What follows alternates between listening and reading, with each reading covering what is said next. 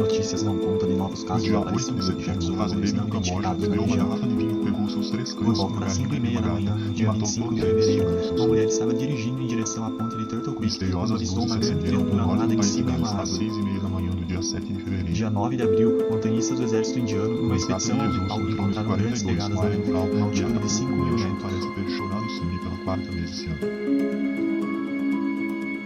Religiões, sobrenatural, ufologia, conspirações, casos estranhos e muito mais. Seja bem-vindo ao Desocultados.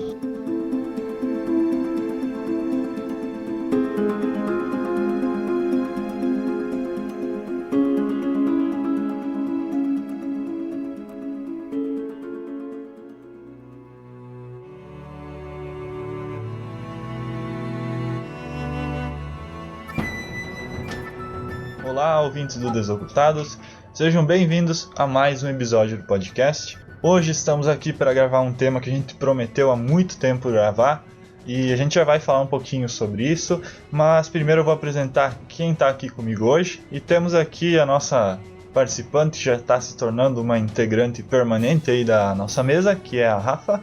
Olá, olá. E temos o retorno triunfal do nosso amigo Vargas. E aí, pessoas? E até eu chamei o Vargas para participar desse, porque esse tema ele é derivado do nosso episódio número 3, que a gente gravou lá no comecinho do podcast, que foi o nosso episódio sobre os celtas. E na verdade, eu lembro até que na época, eu e o Vargas, a gente tinha conversado e tinha dito, vamos gravar um episódio sobre religião celta, sobre os druidas e tal. E aí a gente começou a mexer e tal com isso, e a gente viu que não tinha como gravar esse episódio sem antes falar sobre a cultura, né, sobre a história do povo celta. E aí a gente acabou focando nisso, né, gravamos um episódio sobre história e cultura celta, que, como eu disse lá, é o nosso episódio número 3. Até recomendo que você que está ouvindo isso aqui pela primeira vez e não ouviu aquele episódio, volte lá e ouça, porque ele vai ser tipo a base para você compreender o que a gente vai falar aqui hoje. E aí a gente falou no final do episódio que a gente ia gravar sobre os druidas, né, e entrar realmente na parte da religião, que era a parte que mais interessava para nós, né. E aí, praticamente um ano e meio depois, a gente está voltando para fazer a parte 2 sobre os celtas. E, nossa, é um conteúdo bem maçante, essa pauta vai ficar bem técnica, por assim dizer. A base de pesquisa dela, até posso deixar isso na descrição do episódio depois, para quem tiver interesse em se aprofundar mais. É basicamente artigos científicos, né, e livros científicos que foram escritos sobre os assuntos, né. Então já deixo o aviso que vai ser uma abordagem bastante histórica, né, sobre como se desenvolveu a religião celta, né, os principais pontos dela, né, a ritualística, né, como eram os templos e tal.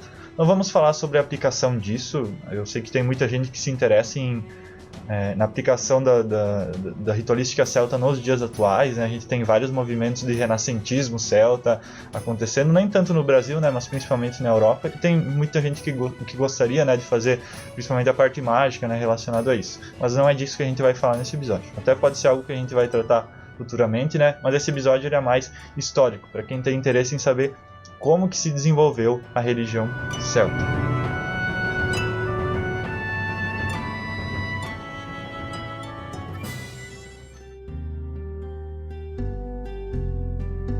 E acho que antes da gente começar a falar sobre a religião propriamente dita, a gente tem que lembrar algo que a gente falou muito lá no nosso episódio número 3. Que os celtas, eles não deixaram nada, praticamente nada de registro escrito. É uma cultura que não tinha desenvolvido escrita. A gente tem algumas exceções, claro, tipo de inscrições que foram encontradas ali na região do sul da Gália, mas são coisas que são tipo nomes escritos, coisas assim, não é registro histórico, uma coisa de você ter algum sacerdote que colocou lá como que eram as práticas ritualísticas deles, ou de ter algum tipo de historiador que registrou o que aconteceu. Então toda a informação que a gente tem hoje sobre os celtas, ela é derivada de escritos de povos, principalmente invasores, que os celtas eles foram meio que, cara, acho que dá para usar aqui a palavra genocídio, eles sofreram um genocídio dos romanos praticamente. Teve muito contato com os gregos também, então os historiadores ali da era clássica ali vão estar registrando muito sobre a cultura que eles observaram dos celtas. E aí a gente tem aquele problema, um povo invasor que era abre aspas, civilizado, fecha aspas, vai olhar um povo que era mais tribal, tinha essa organização mais relacionada ainda com a natureza, e vai achar que é um povo bárbaro. Os romanos, né, chamavam os celtas de um povo bárbaro. E isso fez com que eles meio que transformassem os celtas num povo agressivo, num povo violento, num povo que não tinha nada a ver com os costumes romanos, que eram os padrões assim da época. Então você vai ter uma visão completamente enviesada do que é o povo celta. Hoje, claro, hoje sabe-se disso, né? E os historiadores trabalham para transformar essa visão em algo mais realista, né? E não mais tão enviesado como aquilo que os romanos falavam. E o que sobrou, né, foi a arqueologia, né, para você tentar encontrar os resquícios do que realmente eram os celtas, né? E a gente também tem alguns povos, principalmente nas Ilhas Britânicas, que são meio que descendentes, né, dos celtas. Então você ainda consegue estudar as práticas que eles têm hoje, né, as práticas religiosas, e relacionar com uma espécie de remanescência do que tinha na antiguidade, né, e na idade clássica ali com os celtas. O problema que a gente pode acabar enfrentando nesse caso é que os romanos tinham a sua própria religião, né? Então, muito especificamente ao falar da religião, eles provavelmente podiam retratar de forma bem distorcida, né? Como se fosse algo negativo, mesmo que eles fossem... Talvez falando de uma maneira um pouco mais geral, talvez a religião dos celtas trouxesse um pouco mais de harmonia com a natureza. E mesmo que tivesse isso, quando os romanos veem eles praticando a religião deles, você vai acabar encontrando uma agressividade, né? Tipo, pô, os caras eram horríveis, né? Eles, sei lá, praticavam atos de sacrifício, talvez, alguma coisa assim, coisas que muitas vezes nem sequer existiam. E saber se isso é ou não real fica difícil, né? Porque assim como o Gustavo citou, os celtas não tinham uma língua, né? Eles não tinham uma escrita. E aí é complicado, mesmo que a gente tenha tantas maneiras de imaginar como era, mesmo pelos relatos dos romanos, de outros povos, mesmo pelo que sobrou da religião deles nos dias de hoje, se é que sobrou alguma coisa, fica difícil de saber como realmente foi. É diferente de uma religião católica, por exemplo, que tu tem toda uma história sendo contada há milhares de anos, né? Sim, é justamente isso. E até o Vargas mencionou essa questão da conexão que os celtas tinham com a natureza, né? Isso é muito proeminente dentro da religião celta. Nós vamos falar um pouco mais em detalhes sobre isso mais pra frente, né? E os celtas, eles eram um povo muito religioso, assim. Às vezes a gente pensa em religião como algo separado do dia a dia das pessoas, e talvez no mundo moderno seja assim, né? Mas antigamente você não era enxergada a religião dessa forma, né? A espiritualidade, a religião, as práticas eram coisas do dia a dia das pessoas. Você não separava, né? Cada ação que as pessoas tomavam tinha muita motivação religiosa por trás. Toda a questão da agricultura tinha toda uma questão de bênção dos deuses e de momentos propícios que os deuses tinham reservado para isso e aquilo, e tipo, todo o trabalho das pessoas era voltado em torno da religião, né? Você fazia rituais para ter uma colheita melhor e coisas desse tipo, né? E hoje em dia a gente pensa na religião como algo separado. A gente tem um momento religioso da nossa vida e momentos que são reservados para coisas mais sérias, assim, digamos, né? Que muita gente trata. Isso pode ser observado não só na religião deles, mas em diversos outros povos. Conforme o tempo foi passando, foi acontecendo essa desconexão, né? Antes você tinha o agradecimento pelo que ia vir, o agradecimento pelo que veio, e você buscava inspiração na hora de trabalhar, na hora de fazer qualquer ação, você buscava essa inspiração no divino, para se encorajar, para colocar amor naquilo que estava fazendo. A inspiração é essa que foi se perdendo. E é uma pena Enfim, que tenha se perdido, né? É algo até que a gente que é praticante de magia, né, ou que segue uma corrente espiritual, mas está mais presente no nosso dia a dia, algo mais... É porque muitas pessoas seguem religiões, né, e tratam isso como algo de períodos, né, tipo, muita gente aqui no Brasil, né, a gente tem muitas pessoas que são católicas, mas a prática católica delas consiste em rezar quando está no desespero, ou de ir na missa fim de semana, né? Então, a gente... com raiva às vezes, né? Sim, e, tipo, vai na missa e quando volta já tá, tipo, praticando coisas que não tem mais nada a ver com o cristianismo, né, cara? Então, a gente tem muito isso, no Brasil é muito fácil de ver, né? E é uma pena, né? A gente tenta resgatar isso através da busca pela espiritualidade. Eu acho que nós três podemos dizer isso de nós, né? E a gente gosta, né, de poder ver a religião, né, proeminente no nosso dia a dia de várias formas, né. Inclusive, cara, acredito aí que pelo Brasil tem muita senhora idosa aí, católica, que é mais celta do que católica, sabe? Então, por conta de rituais e tudo mais que a galera faz. Sim. E acaba achando que é algo mais, como é que eu posso dizer, cristão, sendo que meio que não é isso que rola, sabe? Eu vejo principalmente pra minha avó, que no caso, não tenho certeza se isso é um ritual celta ou algo do tipo, mas eu sei que ela faz muita simpatia para as coisas dar certo, sabe? Então eu lembro de um dia que ela me levou lá numa cidade que tinha, se não me engano, um carvalho, uma árvore muito alta, e que ela mediu o meu sobrinho nessa árvore para ele poder crescer, tipo, acompanhar o ritmo da árvore, Caraca. sabe? Então, não sei que parte da Bíblia isso tá escrito, acredito que não esteja. Então, Caraca, eu realmente. nunca tinha ouvido essa, cara. Essa é nova pra mim, cara. E até Cara, bem tipo, meio que você conecta a pessoa com um aspecto da natureza, né? Tipo, você faz uma interligação muito interessante, cara. exato. E dá pra ver que, por mais que muita a questão do não só do cristianismo, mas das outras religiões, elas terem meio que engolido essas religiões menores ou de países que foram dominados, ainda assim existem traços hoje em dia de ritualísticas que já aconteciam em religiões tipo pré-cristianismo, sabe? Então, por exemplo, essa de medir no carvalho não existe na Bíblia. Pode ser que seja algo celta, pode ser que seja algo indígena, pode ser várias coisas, cara. Mas, realmente, apesar de ter essa conquista religiosa por parte das instituições mais rígidas na sociedade, ainda assim, alguns rituaizinhos dá pra ver que eles permanecem até hoje. O que acontece também acho que nessa questão deles, principalmente do catolicismo, né, abraçar outros costumes, é que quando você começa a ver que algo não tá, você não consegue combater, né, tipo, tem um ritual lá específico, né, quando você não consegue combater aquilo, eles acabam talvez abraçando, acho que também, talvez até o que aconteceu, principalmente em Roma, né, com a questão do cristianismo, pelo que me vem na memória, deles abraçarem o cristianismo e deixarem o panteísmo, né, vários deuses de lado, justamente porque eles não conseguiam combater o cristianismo. Então ele foi se tornando tão poderoso ali, né, dentro daquela sociedade, que ou a religião vigente abraçava o cristianismo, né, ou ela ia acabar sendo esmagada, né. Então, com muitas religiões pequenas, com muitas chamas que começam a ser acendidas em diversos pontos, o catolicismo foi abraçando, e outras religiões foram abraçando, para que elas abafassem, né? E aos poucos elas foram retirando esses costumes. Mas é curioso ver que a minha avó também tinha esses costumes, né? De benzer e tudo mais. Coisas que não tem nada a ver com a religião católica, minha avó era católica. Mas são coisas que ela trazia da mãe, do pai e dos antepassados dela. Eu acho isso muito curioso.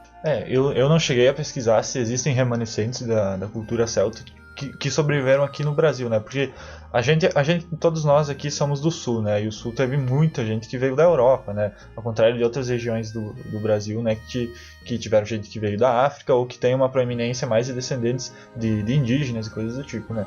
Então, como aqui a colonização foi majoritariamente europeia, né?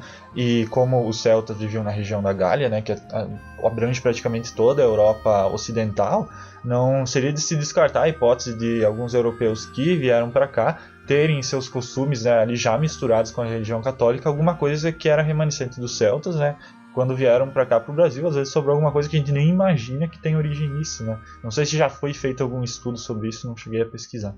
E até antes da gente entrar sobre a questão de como começou a religião celta e tal, é importante a gente abrir um parênteses sobre os druidas, né. Os druidas, eles eram a figura religiosa, não só religiosa, era uma figura assim de filósofo, de juiz, de médico e de sacerdote religioso, que era muito importante dentro da sociedade celta. Existem até relatos que dizem que os celtas eram... Celtas não, os druidas. Quase que mais importantes que os reis. Os reis não faziam nada sem consultar um druida antes. Então é uma figura assim, que era essencial dentro da sociedade deles. E até quando os romanos invadiram a Gália ali, né, e depois as Ilhas Britânicas, eles tiveram muito cuidado em, primeiramente, exterminar todos os druidas. Porque os druidas, eles carregavam tanta força que eles conseguiram praticamente unir os celtas contra os romanos. Então era essencial você cortar esse mal pela raiz, né, e ir matando os druidas sistematicamente, né, para que você pudesse tomar controle dos celtas. Só para vocês terem uma ideia de quanto o druida era importante. E como eu disse, ele não era só um homem religioso, né, ele tinha várias funções dentro da sociedade celta, e muita gente imagina os druidas como xamãs. E eu também tinha essa visão muito antigamente, de que o druida era o cara que controlava os animais, de que vestia uma pele de lobo, sei lá, e tinha essa visão, realmente, que é muito parecida com o xamã siberiano, sabe? E, na verdade, quando você começa a estudar o que foi o druida, né, o papel dele dentro da sociedade celta, você vê que ele tem uma aproximação muito maior daquele filósofo grego, sabe, clássico, ou da figura do Brahman indiano, né, que é uma pessoa sábia, que vai instruir ali no dia a dia das pessoas, né, dar conselhos, instruir que tipo de prática religiosa aquela pessoa pode seguir e tal, e aconselhar também nas guerras, né, em batalhas, na disputa por territórios, né, e coisas do tipo. Eles eram basicamente o centro do intelecto celta, então, se for ver, o centro do conhecimento deles, né? Sim, até... Você não tinha livros, você consultava um druida. Exato, existe até essa comparação, né, de que os druidas eles carregavam... Toda a história que não existe escrita dos celtas era carregada oralmente pelos druidas. Então, meio que quando os romanos exterminaram os druidas, ali perdeu-se toda a história, né? Infelizmente, se os romanos fossem um povo com uma intenção honesta, que a gente sabe que seria muito difícil, né?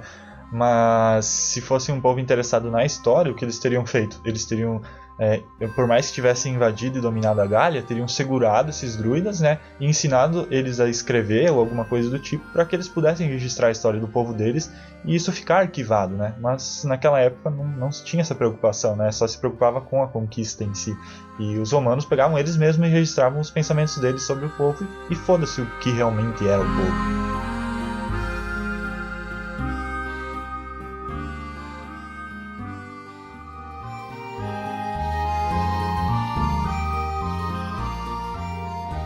Uma coisa que em diversos povos da antiguidade era algo que existia em muitos mesmo, não só os celtas, era o costume de fazer um pedido de desculpas depois de matar o animal, né? Isso entre os caçadores, principalmente. Esse tipo de prática acabou evoluindo aos poucos, através das eras e dos milhares de anos que se passaram, e isso acabou se tornando uma espécie de culto, né? Tanto que ainda mesmo hoje a gente consegue ver em grupos indígenas, por exemplo, você tendo uma cultuação a coisas da natureza, né? O culto ao sol, à lua, à terra, à floresta, os animais. Se você pegar os deuses celtas, né, você vê que a maioria deles, ou ele veste alguma pele de algum animal, ou ele tem chifres, ou ele é acompanhado de algum animal, sabe? Ele tem tipo um animal de estimação, entre aspas, né? Tipo um cavalo ou um lobo, alguma coisa do tipo, né? E a gente pode ver isso até em outras religiões, né? Sim. Não só os homens, mas também as mulheres, cada um tinha um papel de conexão com a terra, de certa forma, né? Enquanto o homem fazia isso através da caça e do pastoreio dos animais, a mulher fazia isso através da agricultura, a coleta de frutas ou raízes, qualquer coisa dentro da natureza. E é normal que essas coisas acabem se mesclando, né? Como o Gustavo falou, né? Os deuses acabavam tomando vários aspectos da natureza também. Não só isso, mas muitas vezes associados também à questão das estações, os períodos de colheita e coisas do dia a dia mesmo, né, do cotidiano, né? Tá chovendo porque foi Deus tal, a colheita foi boa porque foi Deus tal.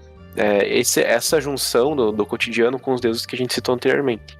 E até a gente vê que isso a gente falou também no primeiro episódio sobre os celtas, né?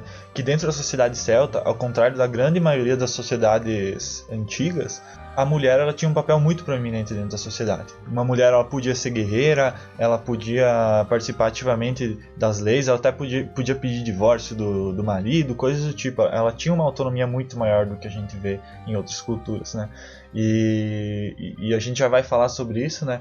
Mas a questão da agricultura, que era extremamente importante para uma sociedade como os celtas, né? Para toda a sociedade antiga, né? Era basicamente o trabalho ali que sustentava todos eles, né? Era feito principalmente pelas mulheres, né? E claro que conforme os celtas foram se tornando um povo mais sedentário, né? Passaram por aquele fenômeno de deixar a caça de lado, os homens aí foram entrando, né? Para participar da agricultura. Mas você vê isso refletido até nos deuses, que os deuses mais antigos dos celtas, os deuses da agricultura, são todos mulheres. Por quê? Porque era a mulher que participava da agricultura, né? Então o que você faz é você olhar para a mulher que está ali fazendo a colheita, fazendo a semeadura e pensar, se existe algo divino que rege isso, ele vai ser tipo essa mulher, só que numa forma muito mais perfeita, por assim dizer, né? Então você idealiza aquela figura, né, e transforma numa deusa. E depois que os homens foram se tornando mais sedentários, né, toda a cultura, né, foi se tornando mais sedentária, a cultura humana, aí começaram a aparecer deuses da agricultura, ou deusas que tinham maridos, que tinham filhos, né? Então você vê os reflexos da cultura, né, da evolução da cultura na própria religião do povo, né? Sei lá, talvez essa cultuação é algo seja essencial pra gente conseguir continuar sobrevivendo, né? Então você ainda usa alguma coisa que você faz, né? Digamos no meu caso, eu trabalho com design, né? Eu vou lá e crio o deus do design pra seguir e pra pedir uma bênção na hora de fazer o meu trabalho. E mesmo que eu não faça isso conscientemente, né? Porque, claro, que precisaria de uma coisa mais macro, uma sociedade molda um deus, né? Então eu não vou conseguir mudar um deus do design porque sou só eu. Mas talvez inconscientemente a gente acabe buscando e criando esses personagens, ou até mesmo em outras pessoas, né? Pra poder continuar. E acho que nesse caso, né, especificamente, a religião surge justamente por isso, né? Pra tu conseguir ter esperança. E realmente, na época que eles se encontravam, ter esse gancho religioso pra se apoiar era algo muito importante, sabe? Então, justamente pelas condições da época e tudo mais. Principalmente de questão de alimentação, de moradia, de, entre aspas, direitos básicos.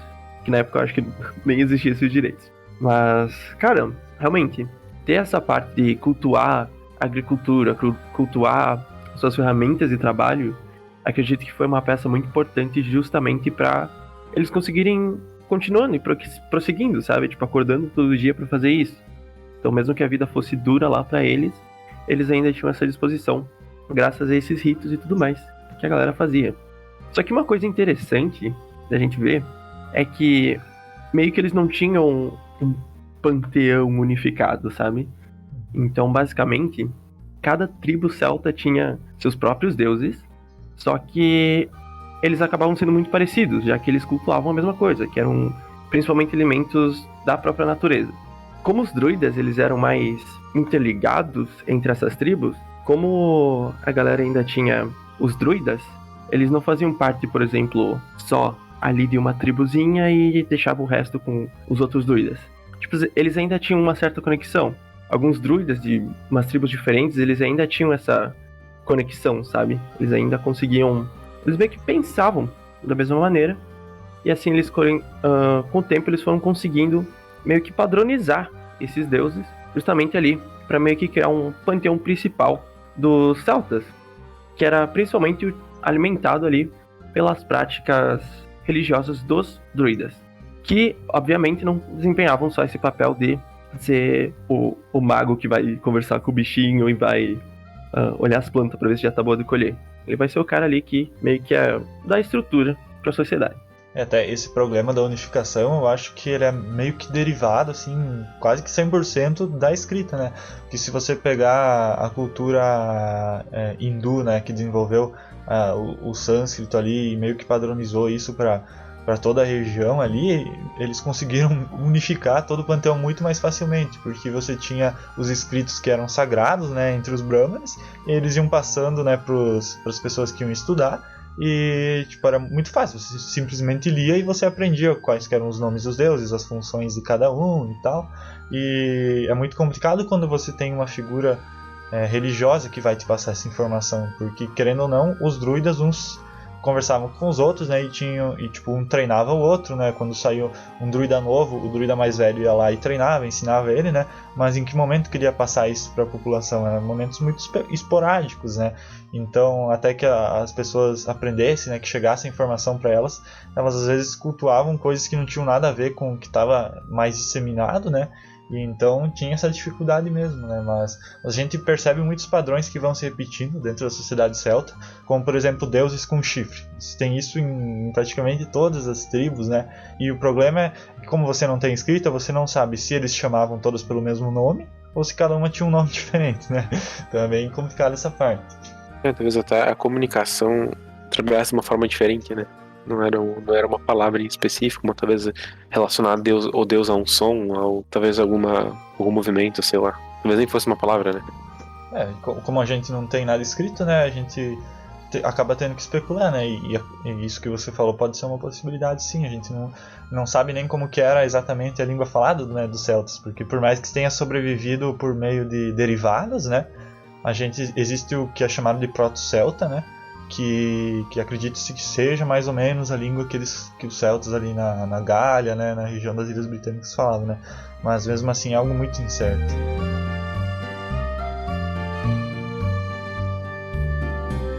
E aqui eu vou dar um salto assim na história, que é muito importante esse salto que eu vou dar, e já falar sobre a invasão romana na Gália, que depois se estendeu também para as Ilhas Britânicas, né, e foi um fenômeno muito parecido. E a invasão romana, isso que a gente falou agora há pouco, né, sobre os primórdios da religião, é o início, né, da religião celta, e agora a gente vai para o final dela.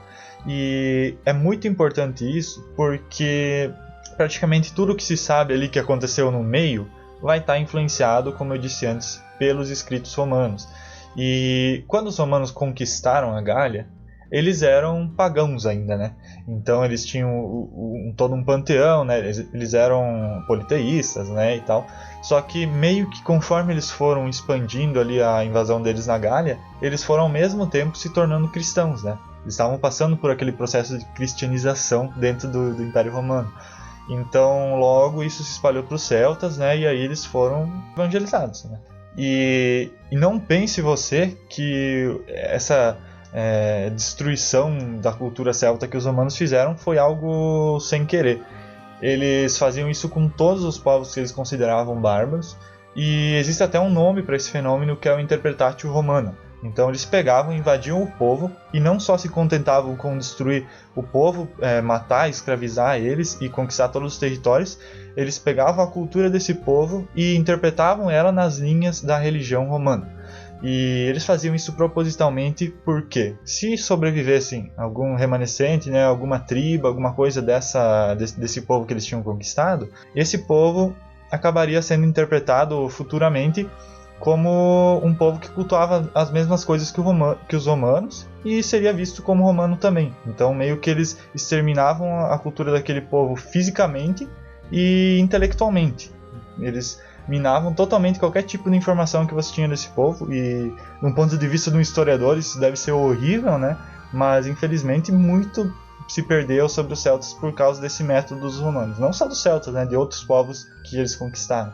O Júlio César foi um dos que mais escreveu, né, sobre o imperador, né? Júlio César foi um dos que mais escreveu sobre os celtas, né? Ele foi acompanhando toda a invasão ali e já foi registrando tudo, né? E fazendo exatamente isso que eu falei. Ele via um deus lá que era um deus que parecia solar, ele ia lá e chamava de Apolo. Os celtas, esse povo bárbaro aqui, cultuava Apolo. Ele via um deus lá que parecia ser um deus do conhecimento, alguma coisa do tipo. Esse povo cultuava o deus Mercúrio. E assim por diante, né? E aí, nesse fenômeno se perde completamente os nomes dos deuses, né? Quais exatamente que eram os ritos deles, porque eles viam lá eles fazendo uma coisa que eles não entendiam, né? Que os romanos não entendiam. Eles falavam, não vou colocar aqui que eu não entendi, né? Eles iam lá e interpretavam como se eles estivessem vendo outro romano fazer, e colocavam o que eles achavam, né? Que é. Eu acho que é a maneira mais fácil de fazer os outros acreditarem que eles estavam certos também, né? Sim. Tanto que essa prática de difundir, digamos assim, né, a religião do conquistado com do conquistador era comum em diversos povos, né? Não só os romanos, né, mas outros povos que tinham um poder bélico, digamos assim, porque dessa forma eles conseguiam suprimir muito mais facilmente a crença dos povos, né? Você chega já, domina o povo, isso por si só já vai fazer o povo se submeter a você. Mas quando você começa a assimilar a religião do povo com a tua própria religião, aos poucos o povo vai começar a acreditar na religião romana e deixar de acreditar na religião celta, nesse caso. E você vê isso também até na própria arte, né? Se você pega aquelas esculturas que foram feitas sobre tanto dos deuses como dos principais conquistadores celtas, né, que lutaram contra a invasão romana, você vê que eles são representados com traços quase que puramente romanos, né? Então não era nem só na escrita, mas também na arte que eles fizeram isso. E aí você perde até a imagem que existia do deus. Outra coisa interessante é que apesar de não existir muitas informações sobre existir uma divindade primordial, né? Não existia um deus único, mas talvez um deus dos deuses, né? Os registros mais modernos começam a mostrar que existia a possibilidade de talvez a religião celta possuir um deus superior, né? Um deus... O deus dos deuses, né? Digamos assim. Tipo um universo, alguma coisa assim, né? Algo que tivesse gerado tudo, né? Sim. Não sei, talvez. Assim como existia o deus da agricultura, mas tinha o deus que criou a agricultura. E o deus da agricultura cuidava dessa parte. Como se fosse uma...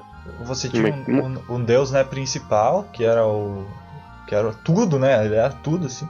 E você tinha, tipo, deuses menores, né? Que, como eles estavam mais próximos do dia a dia, né, eram os mais cultuados, né, mas não se perdia essa ideia de que algo provém, que tipo, tudo que existe provém de uma fonte só, né. Mas assim, não existem provas, né, de que os celtas realmente acreditavam nisso. Uma das ideias é de que quando o cristianismo começou a se disseminar pelos povos celtas, que já tinham passado pelo processo de conquista, né, alguns historiadores falam que eles aceitaram muito bem as ideias romanas cristãs, né, do Deus único, né, católico, né. Então acredita-se que talvez eles tenham aceitado tão bem essa ideia, né, porque eles já tinham uma concepção mais ou menos disso. E quanto mais semelhante for, mais fácil fica para tu convencer de que vocês são certos, né. Então, como talvez, muito provavelmente, por a sociedade romana estar mais organizada, ela tinha um pouco mais de capacidade técnica de falar as coisas, né. Assim como você... Existe a exemplo, né? Eu gosto muito de ver os vídeos do Clóvis e Barros Filho. Eu gosto muito do jeito que ele fala. Ele leva jeito pra falar. Então, talvez pela sociedade romana estar mais organizada, existiam pessoas com maior capacidade vocal, maior capacidade de interpretação durante a fala. Eu acho que isso também é importante na hora de convencer um celta, mesmo que talvez de começo eles não se entendessem, ou talvez existisse uma língua meio que padronizada, fazer com que os celtas acreditassem neles, né? Não aconteceu só da galera transformar os deuses celtas em deuses romanos. Eles também já aproveitaram para adaptar no cristianismo, assim que o cristianismo começou a crescer ali no Império. Então, dá muito certinho para você ver muitos locais em que a galera começou a trocar esses deuses, que os nomes, infelizmente, acabaram se perdendo ao passar dos séculos, justamente por conta da invasão romana e por conta do conhecimento deles serem orais. Então, a galera, os druidas, no caso, acabaram morrendo e sendo caçados justamente pelo Império. E com isso, muito do conhecimento se perdeu. Então vocês vão ver um pouco mais pra frente que a gente até tem umas definições de nomes para alguns deuses, mas que eles acabam não sendo concretos, sabe? Eles são mais ali que a gente conseguiu extrair desse período histórico e que, de alguma forma, sobreviveu ali em alguns registros romanos, alguns registros de algumas tribos, mas esse é o máximo que a gente consegue chegar, por conta da história mesmo ter sido destruída. Mas, continuando, vocês conseguem ver bem claramente, a galera queria ainda cultuar esses deuses, mas, infelizmente, ali eles estavam sendo invadidos, então eles tinham que se adaptar. Vocês vão perceber que tem muitos santos, muitos padroeiros lá na Inglaterra, em que você consegue fazer essa ponte com esse deus, ok? Porque a galera basicamente ali pegavam características parecidas e atribuíam a um santo católico, justamente para eles poderem ter essa liberdade de cultuar um deus que eles gostavam, mas sem o risco de ser preso, morrer ou coisas do tipo, justamente pela ascensão do cristianismo. E até pra gente terminar essa parte da invasão romana e da influência que eles tiveram em tudo que a gente vai falar depois, a gente tem que separar que existem celtas que ficam na Gália, né, aquela região ali da Europa Ocidental, e os celtas que são mais tardios, assim, que são lá da região das Ilhas Britânicas, né, que acredita-se que descenderam dos celtas da Gália. E como a região das Ilhas Britânicas era mais distante do Império Romano, os romanos não conseguiram fazer um trabalho tão detalhado assim dentro dessa região.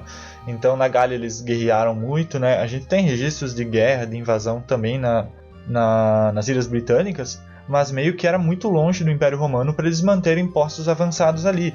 Então, para espalhar essa religião e começar esse extermínio cultural dos celtas, o que eles fizeram foram enviar missionários, né, que iam sozinhos ou em dupla, coisas assim, e iam lá para as Ilhas Britânicas, né, viajavam, atravessavam o mar e se estabeleciam lá, montavam tipo uma igreja ou algum local de culto ali cristão, né, e começavam a estabelecer uma comunidade ali.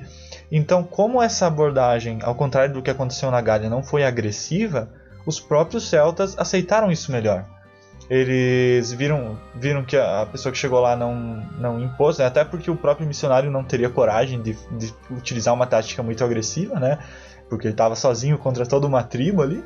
Então, como ele fazia esse modo mais pacifista de influenciar, os próprios celtas aceitaram isso melhor e começaram a incorporar, né? E aí aconteceu esse fenômeno que a Rafa acabou de falar, né? Sobre de serem transformados em santos com o passar do tempo.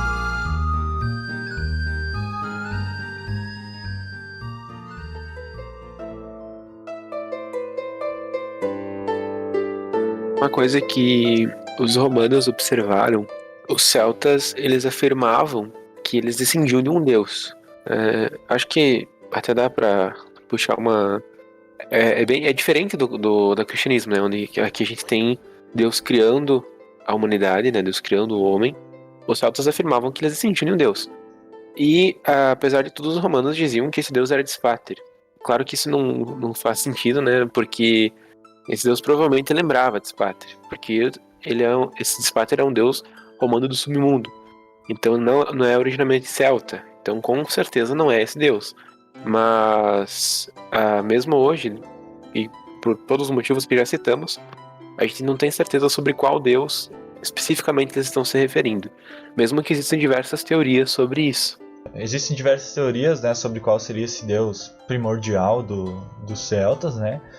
Mas eu escolhi duas aqui até pra gente falar, porque são as principais, né? Que são as mais prováveis segundo os historiadores, né? Que seria os Sucelos, né? Ou os Cernunnos. A primeira teoria defende que o deus criador seria basicamente o Sucelos, que é o deus do martelo, do vinho e da agricultura. Na cultura celta e em alguns povos primitivos, dava para ver que justamente o martelo já era algo muito importante para essas culturas, como era uma das ferramentas mais primordiais e mais importantes que o ser humano já desenvolveu.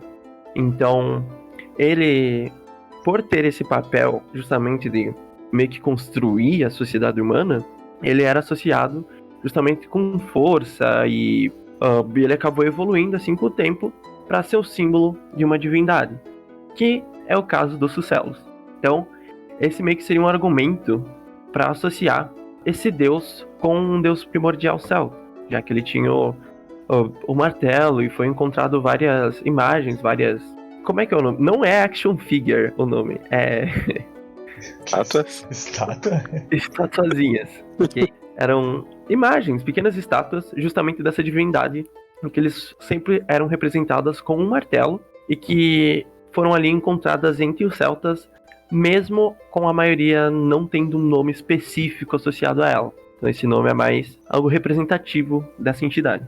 E um fenômeno parecido de você encontrar várias imagens de uma divindade entre os celtas aconteceu com a segunda hipótese, né, do deus primordial, que seria relacionado a Cernunnos. Eu acho até que Cernunnos, só de falar, muita gente vai saber do que a gente está falando, ao contrário dos Sucelos, né, que é menos conhecido. Mas o Cernunnos também é conhecido como deus cornífero, até hoje é cultuado na Wicca, né? E ele era representado entre os celtas como um deus de 3 cabeças, né? Com chifres, não chifres de boi, de touro, mas chifres de cervo, né? Galhadas, né? Por assim dizer. E a gente chama de Cernunnos, mas na verdade só existe uma menção do nome Cernunnos em todos os registros celtas, que foi no Pilar dos Barqueiros, na França, que foi encontrado uma imagem de um deus com os chifres, assim, né? E escrito embaixo Cernunnos. E então meio que o pessoal, os historiadores, né, pegou isso e falou, bom, se esse aqui se chama Cernunnos, por falta de informação vamos chamar todos os deuses com chifres de Cernunnos também, né, porque não tem muito para onde correr. Então acabou se espalhando Cernunnos e tal, e até hoje Eu, inclusive, já trabalhei com práticas mágicas com Cernunnos, né, com o deus cornífero, e eu até particularmente acredito que seja ele realmente o deus primordial dos celtas, simplesmente pelo fato do Cernunno sobreviver até hoje. Ao contrário dos Sucelos, que a gente falando o nome aqui, a maioria das pessoas nem vai saber que deus é. Cernunnos, ele sobreviveu até dentro da cultura popular, e eu vejo que, se falando de um ponto de vista espiritual, mágico, a egrégora dele sobreviveu até hoje. Então eu acho que realmente existe uma importância muito maior do que se é atribuída a esse deus. Agora você imagina a Igreja Católica chegando no local em que eles cultuam um deus que tem chifres. Automaticamente era o diabo, então... Talvez até dê pra gente pensar que o Cernunnos seja um dos deuses que originou a figura do diabo, cara. Teria que dar uma pesquisada sobre isso, né? É que, claro, assim, jogando que o diabo já existia na época. Então, caso exista, realmente foi meio que um choque ali pra religião católica. Mas, caso ainda não tenha existido, pode realmente ter sido um dos começos, assim, da figura do diabo ser estruturada na sociedade. Já que ali os celtas eram vistos como um povo muito bárbaro. E provavelmente algumas outras culturas deve haver deuses e coisas do tipo que possuem justamente esses chifres. Então é algo de se pensar mesmo, cara. A figura desse deus, né, o Cernunnos, muitos historiadores concordam que tem uma palavra que vem, mas eu não vou citar aqui, mas significaria chifre e vem do proto-indo-europeu. Essa figura é bem difundida nos celtas e talvez seja esse um dos motivos de que esse era um dos principais deuses celtas, né? Porque esse é um dos deuses que não teve tanta influência greco-romana. Ele preservava mais características típicas daqueles deuses, né? Já que você encontra nele elementos de coisas da natureza, né? Como chifres, né? Por exemplo. Essas formas apareciam em diversos locais da cultura. E nem sempre tinha um nome específico. Como eu não vou entrar nisso porque o Gustavo explicou, né? Mas enfim, é engraçado até porque uma das justificativas é que ele sempre aparece sentado no chão, agachado e com as pernas cruzadas. Do mesmo jeito que os gauleses sentavam, já que eles não utilizavam cadeiras ou bancos, por exemplo. E o chifre, ser um símbolo, também era utilizado pelos chefes tribais celtas, por exemplo, como uma forma de representar poder. E aí você começa a ver a influência do costume, né, humano na formação do deus. E como esse deus é um dos deuses que mais talvez represente bem a figura do líder celta, por exemplo, ele acaba sendo associado a ser o deus principal. Isso que o Vargas falou mostra ainda mais e defende mais o meu argumento de que esse realmente é o deus principal, né? Porque, você associa ele com a realeza, sabe? Então faz muito sentido, porque se acreditava até que os reis, eles eram meio que os reis de cada tribo, né, eram meio que descendentes dos deuses, né? Então você coloca os chifres ali e começa a cada vez, quanto mais eu pesquisava, mais eu me convencia de que esse com certeza era o deus proeminente deles, né, o deus de quais eles descendiam, né? Aí você coloca, né, até tem imagens de guerreiros celtas que usavam chifres na hora de ir na batalha e tal. Então, meio que para representar a descendência divina deles, né, e para dar uma moral na hora de batalhar, sabe? E entre as representações de Cernunnos, né, além dos chifres que eram característicos dele, você tem a questão das 3 cabeças e também uma serpente que às vezes aparecia junto com a imagem dele. A serpente é um símbolo tipicamente quitônico, né? Ou seja, relacionado com o submundo. Até teve um artigo que eu publiquei esses dias no site dos Desocultados sobre a simbologia da astrologia babilônica, né? Que até explica um pouco mais sobre essa simbologia da serpente relacionada com o submundo. E essa questão das 3 cabeças, quem ouviu o episódio anterior sobre os celtas, né, o episódio número 3, vai ver que a gente falou de umas coisas muito curiosas, como por exemplo, que quando os celtas eles venciam uma batalha, eles pegavam as cabeças dos inimigos, cara, eles matavam 100 inimigos e eles se davam ao trabalho de pegar as cabeças um por um e levar embora com eles para como um troféu, sabe? E depois deixavam isso exposto nos templos e coisas do tipo. E meio que até hoje não se sabe exatamente por que as cabeças eram tão importantes, sabe? Mas tem até uma historiadora que eu cheguei a ver um pouquinho sobre o trabalho dela, que é a Anne Ross. Depois eu vou deixar as fontes na descrição para quem quiser consultar a original. Que ela fala que a cabeça era o principal símbolo religioso dos celtas. E é até muito curioso isso porque é algo bem único, você não vê isso em outros povos. Pelo menos não que eu conheça, pode ser até que tenha. Mas... E vocês vão ver isso no decorrer do episódio. A gente vai falar muito sobre as cabeças e como elas eram importantes para a religião celta. E aqui especificamente você tem a questão de ser 3 cabeças, né? Essa questão das 3 cabeças, né? O número 3, ele aparece muito dentro da cultura celta. Você vai ter deuses de 3 cabeças, você vai ter deusas que são tríplices, né? Que tem 3 aspectos, e simboliza meio que assim, é difícil você chegar num consenso disso, mas dentro do celta simboliza o masculino, o feminino, e a terceira cabeça, o masculino e o feminino unidos em um só. E o número 3, né, ele era muito importante na religião celta, né, no povo celta, e até tanto que eles dividiam as estações deles em 3, ao contrário dos padrões, né, de dividir em 4. Você tinha só primavera, verão e inverno. E eles também dividiam o mundo, né, como um todo em 3 partes. Eles chamavam o paraíso, né, o lugar que eles iam depois de morrer, né, o lugar onde ficavam os deuses, eles chamavam de Albios, né. Eles tinham o Bitu, que era o mundo que eles viviam, né, o mundo dos seres vivos, dos animais, da natureza, e tinham o Dubnus, que era como se fosse o mundo superior. Superior não, inferior. Ou o que a gente pode chamar de inferno, assim, por assim dizer. Uma coisa que eu amo sobre religiões no geral, cara, é essa ideia de tríade. Não tenho também, como a gente não pode ter uma certeza absoluta justamente dessa questão de tríade, obviamente pode ser algo que veio de influências católicas e tudo mais. Mas eu acho muito interessante como várias questões de religiões, sejam elas, sei lá, tu vai pegar um esquimó no Alasca, tu vai pegar, sei lá, um hindu, tu vai pegar um budista e tu vai pegar um cristão. Todas as religiões têm pelo menos algum símbolo sagrado muito importante, que ele vem em forma de tríade.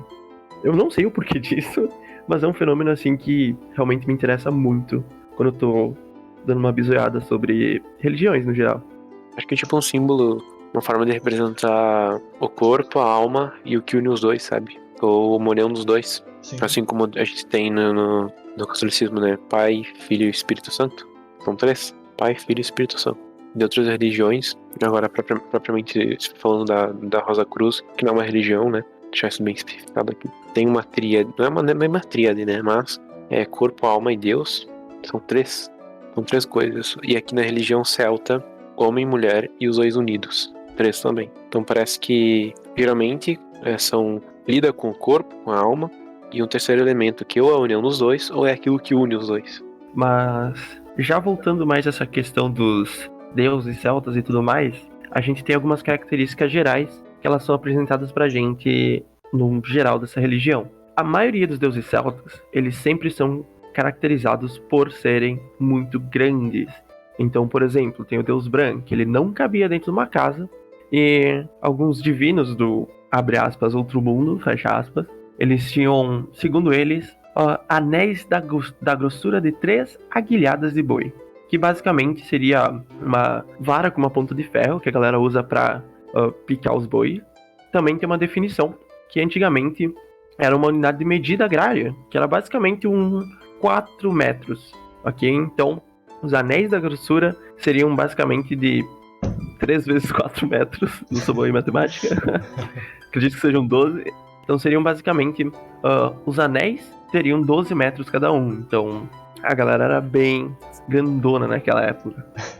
E também tinha alguns Fianna, que eles eram guerreiros e seguidores do herói Finn McCamhell.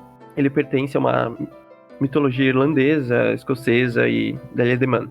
Mas basicamente, esses Fiannas, eles eram os seguidores desse Fion, e eles tinham caveiras, justamente pela cultura adorar essa prática de cabeças, aparentemente. Eles sempre andavam normalmente com umas caveiras penduradas no cinto, na vestimenta deles, e que segundo a religião, essas caveiras poderiam conter vários homens dentro dela. Então, isso são alguns exemplos aí de quão grandes esses deuses eram para o céu. Os deuses, eles podem aparecer na forma de pessoas normais, quando eles querem só conversar com o ser humano. Teremos, por exemplo, o exemplo de Zeus, que às vezes aparecia na casa das moças, e que não dava muito certo, assim, no geral das vezes. Então não recomendo conversar com uns caras assim. Mas os deuses eles apareciam em formas de pessoas normais e também, às vezes, eles apareciam em formas de animais, que era mais comum ainda na forma de pássaros. O que também dá pra fazer um paralelo com Zeus, já que normalmente ele é representado por uma águia. Então, vocês vão ver agora alguns paralelos muito coincidentes, eu diria, com a mitologia grega. Dos deuses poderem tomar forma de humanos e animais, eles também eram tidos como imortais. Então, seja por, principalmente, poderes divinos ou até mesmo pelo fato deles consumirem uma, entre muitas aspas, comida imortal. Que, novamente, dá para fazer um paralelo justamente com a cultura grega. Por conta justamente da... Eu tenho muita dificuldade de falar esse nome, que eu não sei se estou falando corretamente, mas é a ambrosia, correto?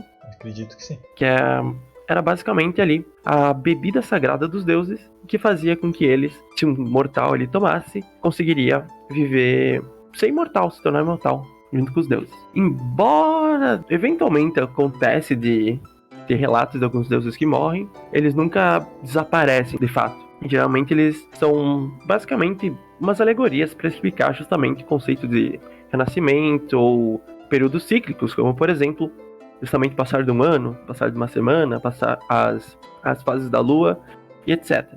E até a Rafa falou sobre essa questão dos deuses virem em forma humana, né? Com certeza eles faziam isso pra transar, né, cara? A gente sabe que seria a única motivação pra eles virem, né? Estilo mitologia grega mesmo. E aí você tem vários heróis, né? A gente chama de heróis na mitologia grega principalmente, mas quando você trata, principalmente a mitologia irlandesa, ela tem muitas histórias assim de heróis, né? Que eram filhos de deuses e fizeram grandes feitos, né? E acredito que o termo usado seja herói mesmo, que é quando eles eram mestiços, né? Entre um humano e um deus, né? E isso era bem frequente dentro da mitologia celta. E não só com deuses, mas também espíritos da natureza no geral. Então, o espírito do mar ou o espírito de um rio poderia vir, se transformar ali em forma humana e procriar com seres humanos. Eu acredito que isso acontecia muito mais com mulheres do que com homens, né?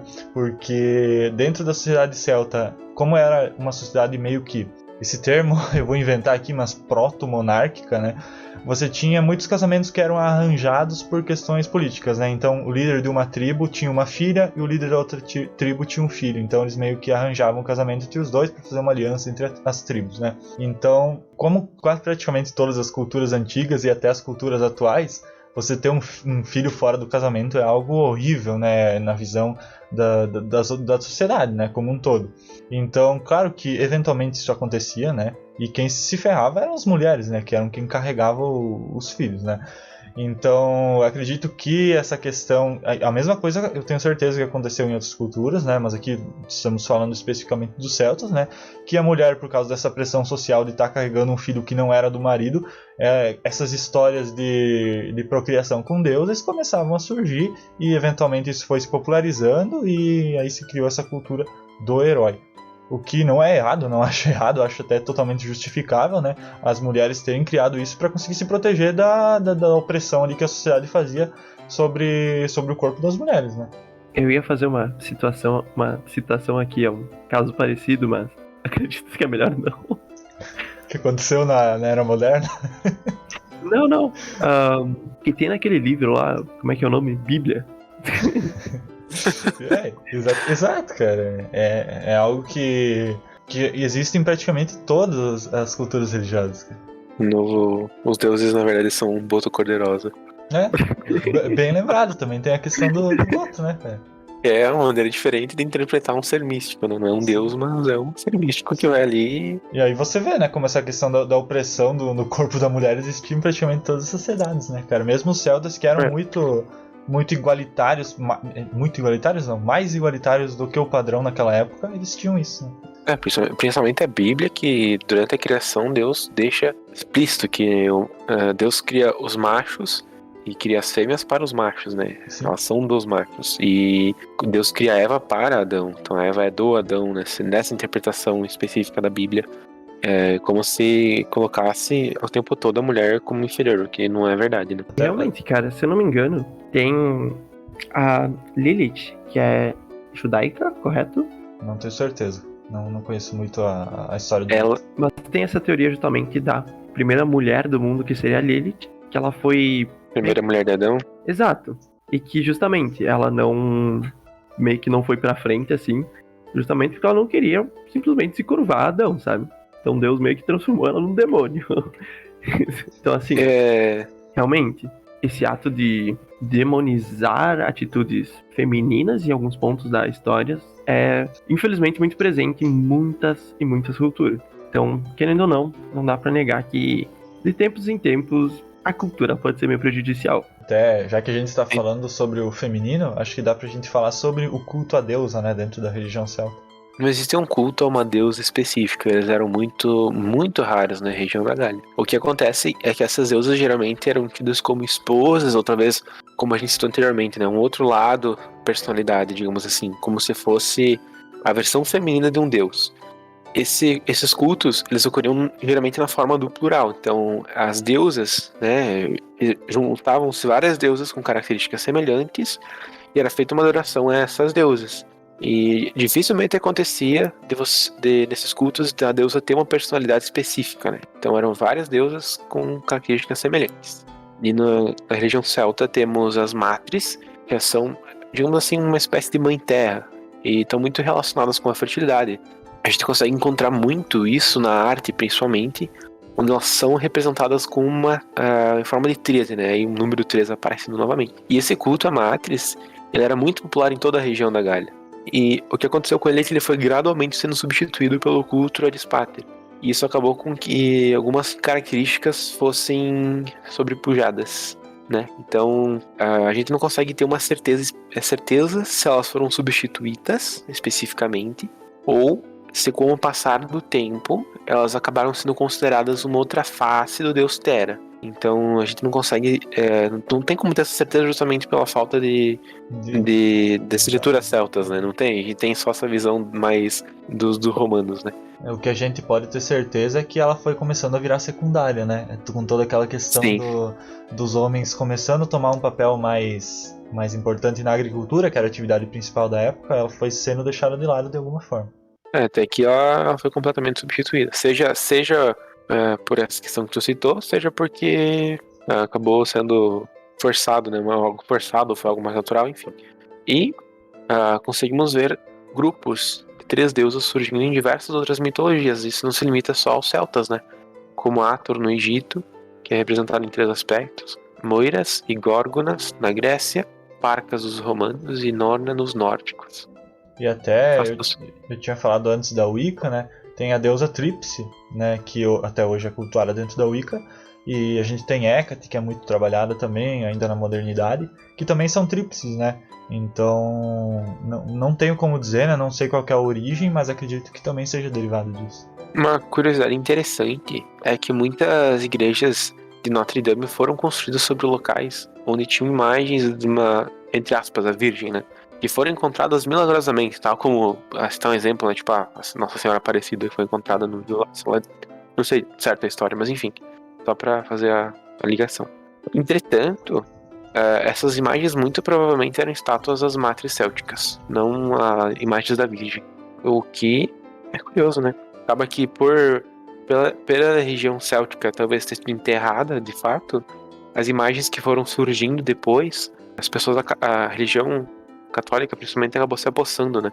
Então você via imagens de deusas femininas que se tornaram santas, outras coisas dentro da religião católica, porque justamente a religião céltica foi abafada com o passar do tempo, e era bem mais fácil você explicar que aquela estátua que apareceu ali do nada era algo católico do que explicar para as pessoas que existia uma outra religião.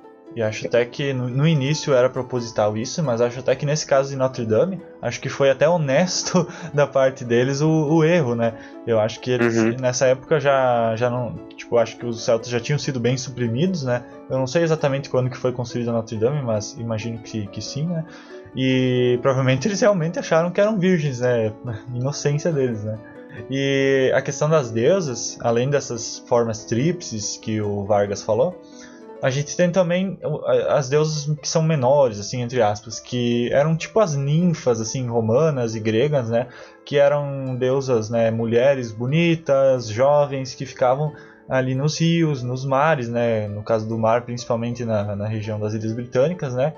E até hoje, na região da Gália e das Ilhas Britânicas, existem as lendas, né, os mitos das fadas d'água, né? Que eram chamados esses espíritos menores, né, na forma feminina. E às vezes a gente fala o termo fada e a primeira coisa que uma pessoa pensa é aquelas fadinhas pequenas, né, que cabem numa mão, assim, e que tem as asinhas, né, e vão pra lá e pra cá. Quando na verdade os celtas, a visão de fadas dele, elas podiam ser dessa forma que eu descrevi, né, pequenininhas, mas elas também podiam ser gigantes, né, e podiam ter formas humanas, enfim. Fada era um termo genérico utilizado para vários espíritos da natureza, independente de forma ou de tamanho, e não cheguei a ver sobre isso, mas acredito até que para formas masculinas também se utilizava esse termo, né, para espíritos da natureza masculinos.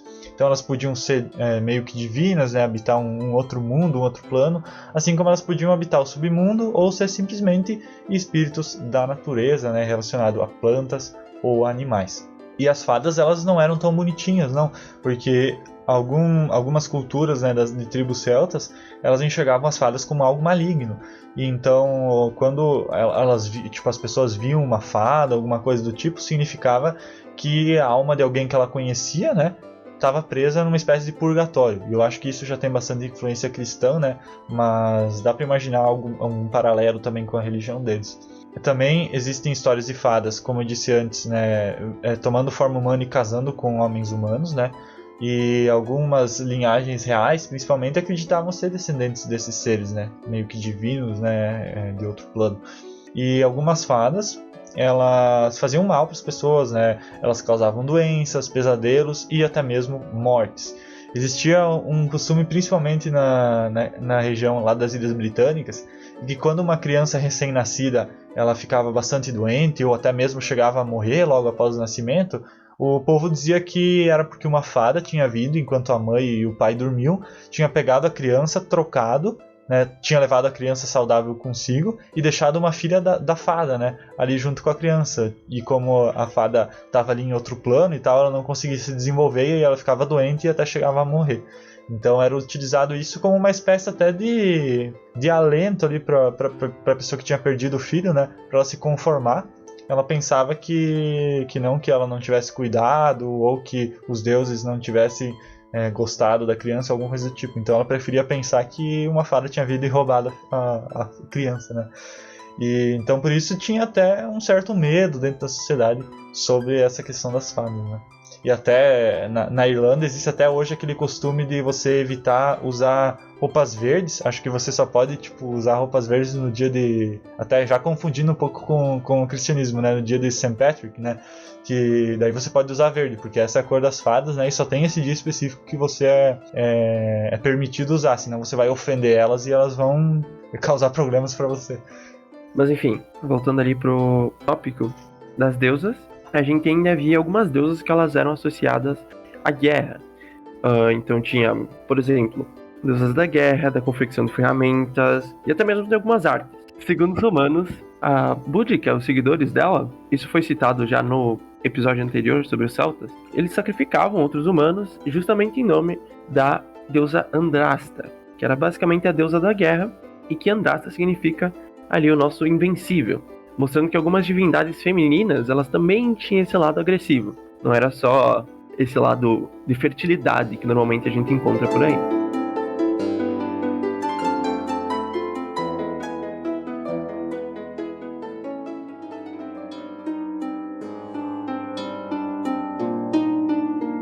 Agora a gente vai entrar num tema bem extenso e bastante polêmico sobre os celtas, porque os romanos e os gregos, eles falavam dos celtas como se eles matassem gente todo dia, do próprio povo deles, e sacrificassem em nome dos deuses.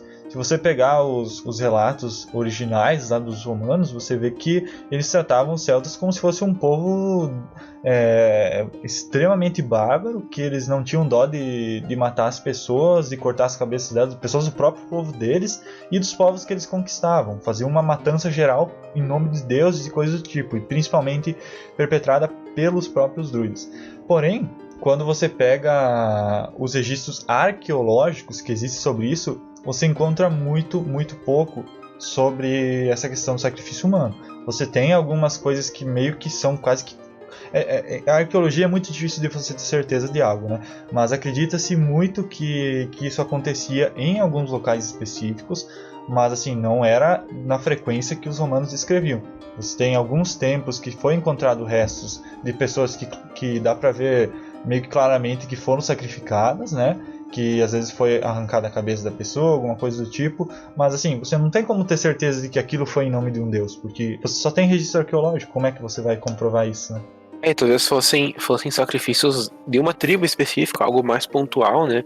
De um momento pontual, eles acabavam colocando como se fosse toda a religião, todos os celtas que praticassem aquilo, para que da próxima vez que eles chegassem em outra aldeia, por exemplo, eles pudessem usar isso como argumento para dizer que, se vocês continuarem seguindo os druidas, ou sei lá, eles vão acabar morrendo também, que nem aconteceu em outro lugar. Exato. E, sei lá, né? São argumentos que podem ser utilizados para abafar de vez a cultura celta.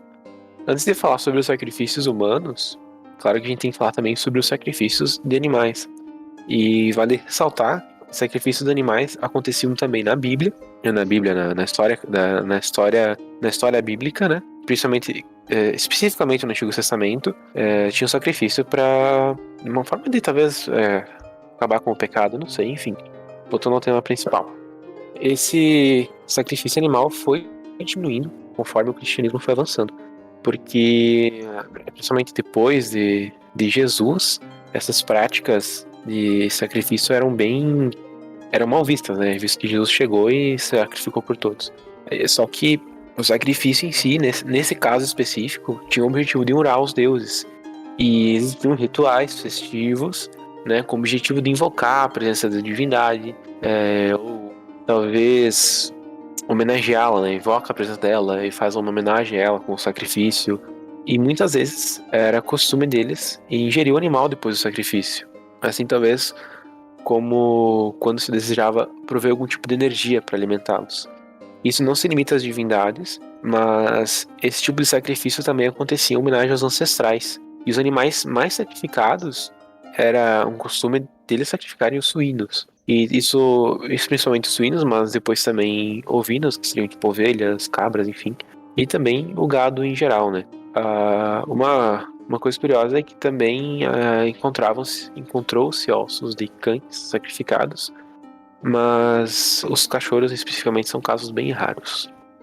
E como o Vargas falou, a maioria dos rituais terminava com eles comendo o animal, né? Até porque antigamente você criava um rebanho de bovino, você matar ele e não comer depois era um desperdício muito grande, né? Mas existem rituais que já foi encontrada evidência arqueológica que não terminou com ingestão de carne. Eles mataram um animal e nesse caso era principalmente com gado e com equino, que eles não comiam, e acredita-se que eles não comiam porque tanto o gado quanto o equino eles eram animais que eram utilizados no trabalho do dia a dia e como montaria. Então eles matavam com um golpe na cabeça e deixavam a carcaça se decompor naturalmente, e não chegavam nem a enterrar. E às vezes também eles costumavam arrancar a cabeça do animal e deixar ela à mostra. Eu acredito que eles não comiam esses animais porque, como eram animais de trabalho, que às vezes a pessoa ali tinha um vínculo muito grande com esse animal, porque utilizava ele no todo dia, né? Quando você tem um rebanho, você tem ali 50 cabeças de gado, você não consegue desenvolver um relacionamento íntimo com esses animais, né? Então você não cria intimidade com ele. Agora, quando você tem um cavalo, lá você monta todo dia para fazer o seu trabalho, ele vira o seu animal de estimação, né? O seu amigo. Então, tipo, você chegar a matar ele e ingerir depois seria até desrespeitoso, né? Então você só sacrificava ele. Tipo, tô sacrificando aqui um dos meus melhores animais em honra a esse deus, né? Mas, continuando com o tópico já de sacrifícios humanos que ocorriam, a gente tem que, primeiramente, antes de tudo, falar que quem relatou, quem registrou esses fatos de sacrifícios humanos foram os romanos e os gregos. Então, a gente não pode esquecer que esses povos viam basicamente os celtas como uns bárbaros muito primitivos, sabe? Então, tem bastante espaço ali para um exagero muito forte. Não dá para dizer que, com certeza, que os celtas basicamente matavam um ser humano por dia, sabe? Mas sim, existem evidências arqueológicas de sacrifícios humanos, e mesmo que elas sejam pouco raras de se achar, os historiadores normalmente eles têm que tomar um pouco de cuidado na hora de interpretar o que foram feitos nesses rituais, do porquê eles existirem, sabe? Porque antigamente, como não tinha questões de direitos humanos, não tinha instituições, por exemplo, cadeias e tudo mais, até tinha cadeia, mas não era muito custo, então era mais fácil matar mesmo. A galera normalmente não pode só interpretar tudo como se fosse ali por motivo religioso. Obviamente tem a questão da cultura, do povo e tudo mais. Mas voltando mais para a religião, os romanos, depois que eles invadiram a Gália, eles acabaram falando que os sacrifícios eles eram realizados justamente para os deuses. Então, que nem a gente, no caso os meninos já citaram antes, no outro podcast, que é o caso da Boudica. Ainda assim, tem alguns escritores clássicos que eles vão indicar que os sacrifícios humanos não eram feitos somente como se fosse uma oferenda a um deus. Eles também eram feitos ali junto com os druidas para fazer práticas de divinação e comunicação com os deuses. E eles normalmente utilizavam um lugar chamado Nemeton, que era meio que um espaço sagrado comum ali da religião celta. Eles incluíam, no caso, o uso das entranhas humanas para esse propósito de divinação, que seria basicamente você obter respostas do divino para saber que ação tomar no seu dia a dia, enfim, em algum período de tempo. Até a gente vai falar sobre os Nemeton bem lá no final, depois, sobre como que eles eram, né? Mas a gente tem um historiador grego, que é o Diodoro Sículo, que ele registrou que os druidas, como que eles faziam, né, o sacrifício, né? Eles esfaqueavam a vítima no peito e eles previam o futuro ali da tribo deles ou de alguma coisa que eles estavam preocupados no momento, como por exemplo a colheita, né? De acordo com o jeito que a pessoa caía e com como que o corpo dela ficava disposto no chão. E também eles analisavam como que o sangue dela jorrava e se havia convulsão no corpo. Então, veja só como o negócio é detalhista, né? Eles interpretavam cada acontecimento ali daquele assassinato como um sinal divino, né? E até a Rafa falou sobre a questão da prisão, né? Entre os celtas, como que funcionava? Os criminosos ficavam presos por 5 anos. E aí eu não sei se ocorria algum tipo de julgamento, como que era, né? Mas foi encontrado registros de criminosos que foram empalados em honra aos deuses. E uma boa parte dos historiadores clássicos, né, gregos e romanos, eles diziam que as vítimas preferidas para sacrifícios humanos eram justamente os criminosos. Porém, caso naquela época não tivesse tantos criminosos disponíveis, os celtas não tinham muita pena de pegar um inocente lá, às vezes uma pessoa que já estava doente ou alguém mais velho, né, e usava essa pessoa como sacrifício. Outra forma de sacrifício que a gente pode encontrar é a queima das pessoas junto com grandes estátuas, não só de homens como também de animais. E esse tipo de prática ainda hoje o neopaganismo tenta ressuscitar. Claro que sem matar as pessoas, né? Mas através de cerimônias na representação daquilo que é conhecido como homem divime. O homem divime basicamente é tipo, eles pegavam um monte de madeira e faziam tipo um espantalho gigante, sabe? Faziam uma representação humana ali com a madeira, né? Só que era um negócio gigante. E aí, cara, eu vou confessar que eu sou cético em relação a isso. Eu acho que isso não acontecia, cara. Acho que era um exagero dos romanos, sabe? De dizer que os caras montavam essas estátuas gigantes de madeira, enfiavam um monte de gente dentro e queimavam. Cara, tipo, acho que o trabalho para fazer isso, de você montar essa estrutura e conseguir colocar pessoas lá dentro, eu acho que era muito trabalho, cara. E é estranho porque nunca foram encontrados registros arqueológicos desse homem divino. Somente relatos romanos mesmo. Então eu não sei, eu acho que isso é um grande exagero. Talvez eles colocavam a pessoa tipo numa estrutura básica ali de madeira e queimavam, sabe? E aí os romanos quiseram exagerar e disseram que era uma grande estátua cheia de pessoas, recheada assim de pessoas dentro. Pegando a questão justamente dos deuses serem gigantes, faria sentido até ter todo esse festival de ter como é que eu posso dizer, um avatar gigante de algum deus. construído em madeira. Apesar de, claro, ser um trabalho do inferno na época de fazer, faria até um pouco de sentido, mas encher aquilo de gente é um pouco exagero, também acredito eu, justamente pra demonizar essa cultura. Provavelmente que eu acredito assim que acontecia era a galera fazer essas imagens maiores, queimar em homenagem a algum deus, alguma coisa, ou até mesmo como forma de, como os deuses representavam os ciclos, meio que fazer esse ciclo, tipo, por exemplo, passagem de um ano, passagem de uma colheita, pode ser? E talvez não fossem pessoas, né? Talvez fosse só um espantalho mesmo, gigantão, feito com palha e madeira, sei lá, alguma coisa mais simples. Porque acho que provavelmente os criminosos deviam ser em número reduzido, já que pela forma que se estrutura a sociedade de Celta especificamente, não me parece que tinham tantos criminosos. Se tivessem, talvez os julgamentos deles fossem na hora, né? Não ia esperar uma data para fazer o sacrifício dele, ou sei lá. Mas enfim, existem registros de sacrifícios para Esos, onde as pessoas eram esfaqueadas e, nesse caso, penduradas numa árvore, né? Claro que não várias pessoas de uma vez, mas a pessoa ficava pendurada e sangrava até a morte. E também outros sacrifícios para Teutaques, onde as pessoas eram afogadas.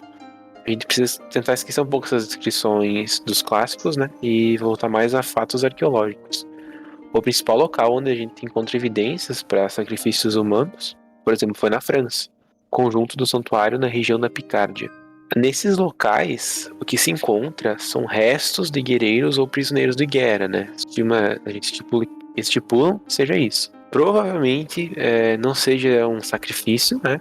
Mas sim uma forma de agradecer a vitória nas batalhas. A maioria deles foi decapitado e colocados como amostras, né? Alguns é apenas o crânio, outros são alguns ossos específicos que foram extraídos, mas enfim. A gente não consegue ter certeza que o lá foi de fato um sacrifício, pois pode ter sido simplesmente pessoas que morreram em batalha, né? Assim, a gente pensa, foi decapitado, mas talvez uma espada decapitou um pescoço, o cara caiu ali, não foi um sacrifício. Ou talvez os celtas simplesmente recolheram e colocaram como troféus no caso dos inimigos, né? Então, tipo, vêm esses inimigos, vão lá no campo de batalha, pegam esses inimigos e colocam lá como troféu. Não sendo assim um sacrifício especificamente a algum deus ou alguma coisa do gênero. E não só na França, a gente tem também a região da Boêmia, né, que fica ali no centro da Europa, tipo, mais ou menos ali onde é que hoje é a Alemanha, né? Foram encontradas evidências de possíveis sacrifícios humanos ali também. E existia até o corpo de uma mulher que acredita-se ter sido uma sacerdotisa, né? Mas também há a possibilidade de ela ter sido somente uma vítima do sacrifício, né? Ele foi encontrado enterrado ali no local, em meio a milhares de ossadas humanas e animais. E por que se acredita que era uma sacerdotisa e não somente uma vítima? Porque ela tinha várias joias consigo, então claramente ela tinha alguma importância maior do que os outros, né? E o fato de ser mulher, né, é também uma figura muito interessante, porque são raras as figuras de sacerdotisas, né, ou de druidas mulheres dentro da cultura celta. Depois a gente vai também voltar nesse assunto, né? E a gente tem também, sobre essa questão de sacrifício, as múmias do pântano. E para quem não sabe, é um tema até bem interessante, que são cadáveres humanos que foram encontrados em pântanos na Europa, perfeitamente não, né, mas preservados o suficiente, né, como se fossem múmias mesmo egípcias. Só que eles, em vez de ser preservados por todo aquele processo que os egípcios fizeram, o negócio foi preservado naturalmente pelos musgos do pântano. E ali pelo norte e oeste da Europa tem muitos exemplares dessas múmias do pântano. Vários desses corpos eles indicam deformidades de nascença, o que leva a crer aquilo que eu falei antes, né, que eles pegavam pessoas doentes ou que tinham alguma deficiência para sacrificar, porque eles falavam assim, essa pessoa nasceu assim, isso é um sinal dos deuses de que essa pessoa é uma escolhida. Então eles pegavam e sacrificavam essa pessoa para meio que honrar os deuses. Eu estou sacrificando o seu escolhido, né, para você ver como nós adoramos, né, você. E tipo, isso é claro, é especulação, a gente não sabe por que exatamente eles sacrificariam essas pessoas, né, mas é uma das possibilidades. Ali na região ainda das Ilhas Britânicas, a gente tem uma história que supostamente um cara foi sacrificado e ele meio que foi embutido nos muros de uma fortificação. Então, se alguém já assistiu, por exemplo, Attack on Titan, que é justamente os caras que estão presos na muralha, sabe? Então a ideia é que meio que o espírito do cara ia servir ali como uma proteção extra. Além do muro físico, vai ter a proteção meio que espiritual ali, do espírito do cara rondando essa região. E houve um caso também de 2 crianças sendo meio que inseridas no muro do castelo, que provavelmente servia o mesmo propósito do que esse primeiro cara ali que eu falei. Além disso, continuando nesse tópico de pessoas sendo embutidas em construções, temos ainda a história do Santo Oran, ou também conhecido como Oran de Iona. Ele basicamente era um santo, que ele viveu na Escócia, mais precisamente na ilha de Iona, no século VI. Além da conta que ele consentiu, ele autorizou ser enterrado vivo na construção de uma capela que ela estava sendo erguida ali na ilha. Que, segundo ele, obviamente não o santo enterrado na capela, mas segundo relatos, um companheiro dele, que era o São Columba, ele diz que ouviu uma voz e que dizia que se um homem não fosse enterrado nas bases da capela, os construtores nunca iam conseguir finalizar a construção, porque, teoricamente, se não houvesse esse sacrifício, todo o trabalho que eles fizessem num dia, à noite, seria completamente desfeito. Então, esse Santo Odran, ele foi enterrado vivo ali, e, de acordo com ali, justamente a lenda, conseguiram erguer finalmente a capela em cima do sacrifício dele. Claro, a capela existe até hoje, lá na ilha de Iona, mas não tem muitas provas concretas que comprovem isso. Então, meio que não tem uma busca, uma procura específica por isso. Não tem nenhum relato de galera encontrando ossada, nem nada na construção. Existe a lenda, eu até pesquisei, tipo, se algum arqueólogo tentou escavar, alguma coisa do tipo, mas eu acho que como a capela ainda está inteira e ainda ela é utilizada, ninguém teve coragem de ir lá e derrubar, né, e injetar alguma autoridade, alguma coisa do tipo, né. Então eu acho que ficou só na lenda, mas eu não duvido não, cara. E, tipo, pelo fervor católico, eu não duvido que alguém tenha feito isso não. E pra quem quiser, dá até pra deixar o link das fotos da capela pra quem quiser ver. Ela existe realmente, né? E a lenda a gente não sabe se é verdadeira. Vamos voltar um pouquinho para a questão das cabeças e falar mais especificamente sobre o culto que era realizado às cabeças. Inclusive o termo que os historiadores utilizam para esse costume, né, é culto às cabeças mesmo. Como a gente falou antes, né, e também lá no episódio 3, as cabeças eram um símbolo importantíssimo para os celtas. E tanto que existe um campo de estudo dos historiadores celtas que se preocupa em entender justamente como se dava esse tipo peculiar de culto, né? O culto às cabeças ele acontecia desde a era mesolítica, ou seja, desde 10 mil anos antes de Cristo, mais ou menos isso, né, na Europa. E os celtas preservaram esse costume até o momento em que eles foram erradicados pelos romanos. Então, se não fosse os romanos ali a aparecer, esse culto provavelmente teria permanecido muito tempo, porque era a base, né, da religião deles. Então, para os celtas, né, a cabeça dos inimigos ela era a prova do valor de um guerreiro, né? Então, quando ele conseguia levar as cabeças dos inimigos para fora da batalha, né, significava que ele tinha sido muito triunfante, né? E ele tinha matado várias pessoas, né? E aquilo era meio que uma prova, né? A questão é que os celtas eles não arrancavam apenas as cabeças dos inimigos, mas eles colocavam elas também em disposição com uma frequência acima do normal, né? Isso tanto em templos e até tem relatos de que eles colocavam nas próprias casas, né? Tipo, o guerreiro levava as cabeças dos inimigos e deixava na própria casa, né? Pra simbolizar a vitória dele, né? Então, aparentemente, eles não acreditavam que tipo, o espírito da pessoa que tinha morrido iria atormentar eles. Muito pelo contrário, especula-se que existem três simbolismos da cabeça, né?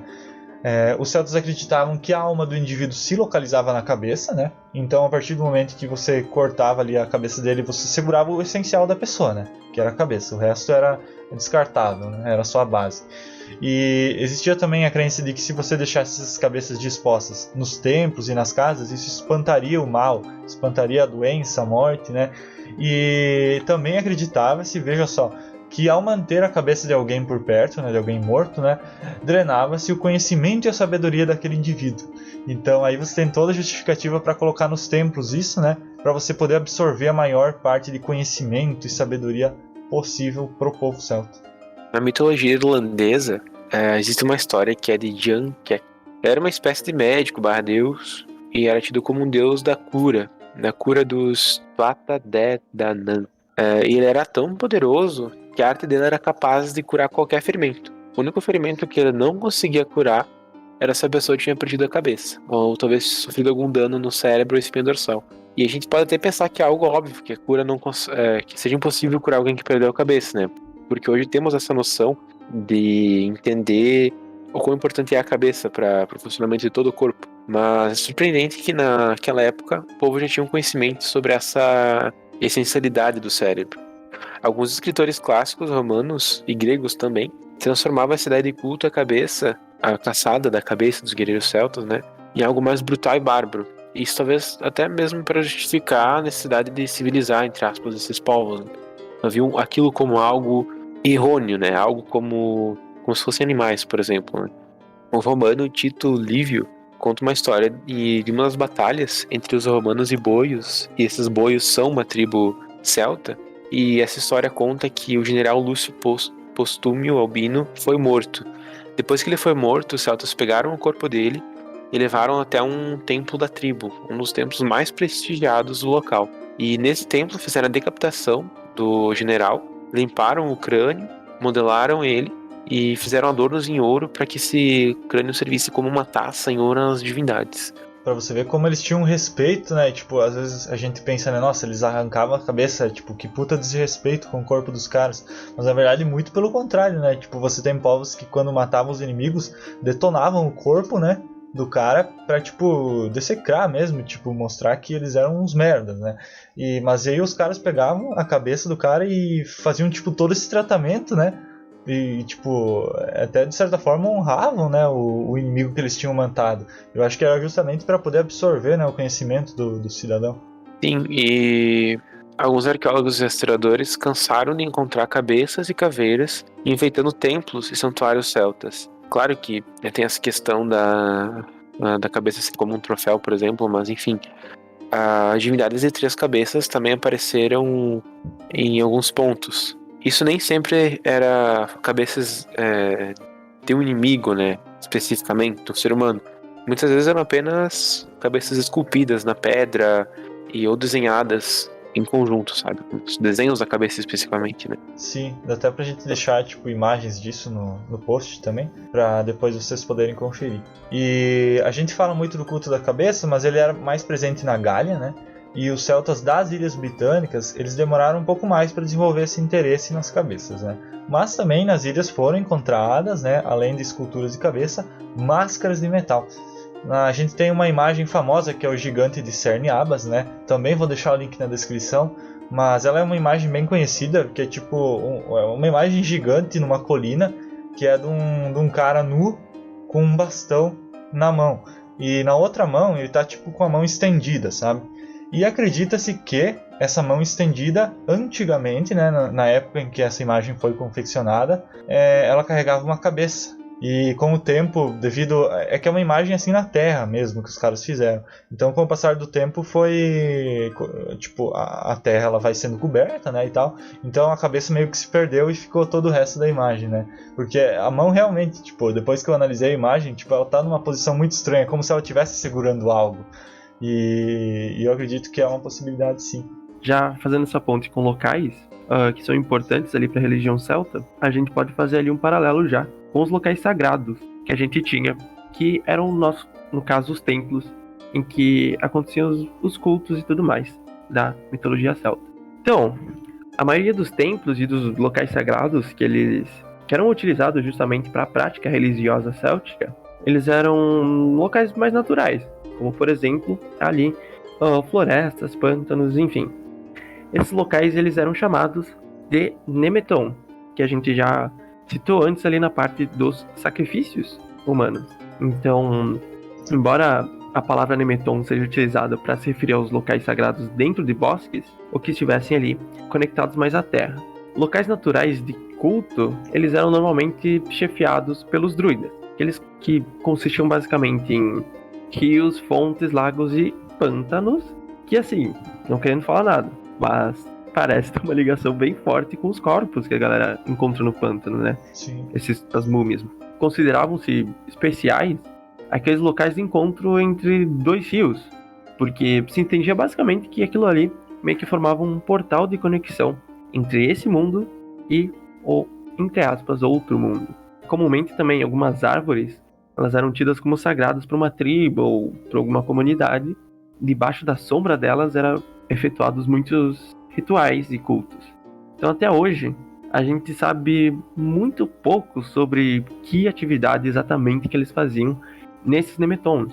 Uma das únicas pistas arqueológicas foram em relação a oferendas votivas, por exemplo, depósitos de objetos em locais sagrados para honrar os deuses. Tipo, eles jogavam certos objetos dentro dos rios ou dentro de buracos na terra, coisas assim. E o pessoal fala muito dos celtas relacionado a cultos em megalitos, né? O pessoal fala do Stonehenge e geralmente quando se pensa no Stonehenge se pensa nos celtas. Mas na verdade é assim, primeiramente o Stonehenge foi construído, né, muito antes dos celtas existirem na Europa. Né? Existia um povo primitivo antes lá e foram eles que levantaram os Stonehenge. Isso é comprovado por meio de datação de carbono, então não é especulação. Não se sabe se os celtas... a maioria dessas estruturas fica nas Ilhas Britânicas, né, que foi um local mais tardio que os celtas chegaram. Então não se sabe se nunca encontrou-se evidências de que os celtas realizavam cultos nesses megalitos. Pelo fato dos celtas ficarem no mesmo lugar que esses megalitos, associa-se comumente que eles fariam cultos nesse local. Se eu fosse um celta, eu olharia para aquela estrutura maravilhosa lá e eu com certeza ia achar aquilo sagrado. Mas assim, não tem como a gente dizer que realmente isso acontecia, né?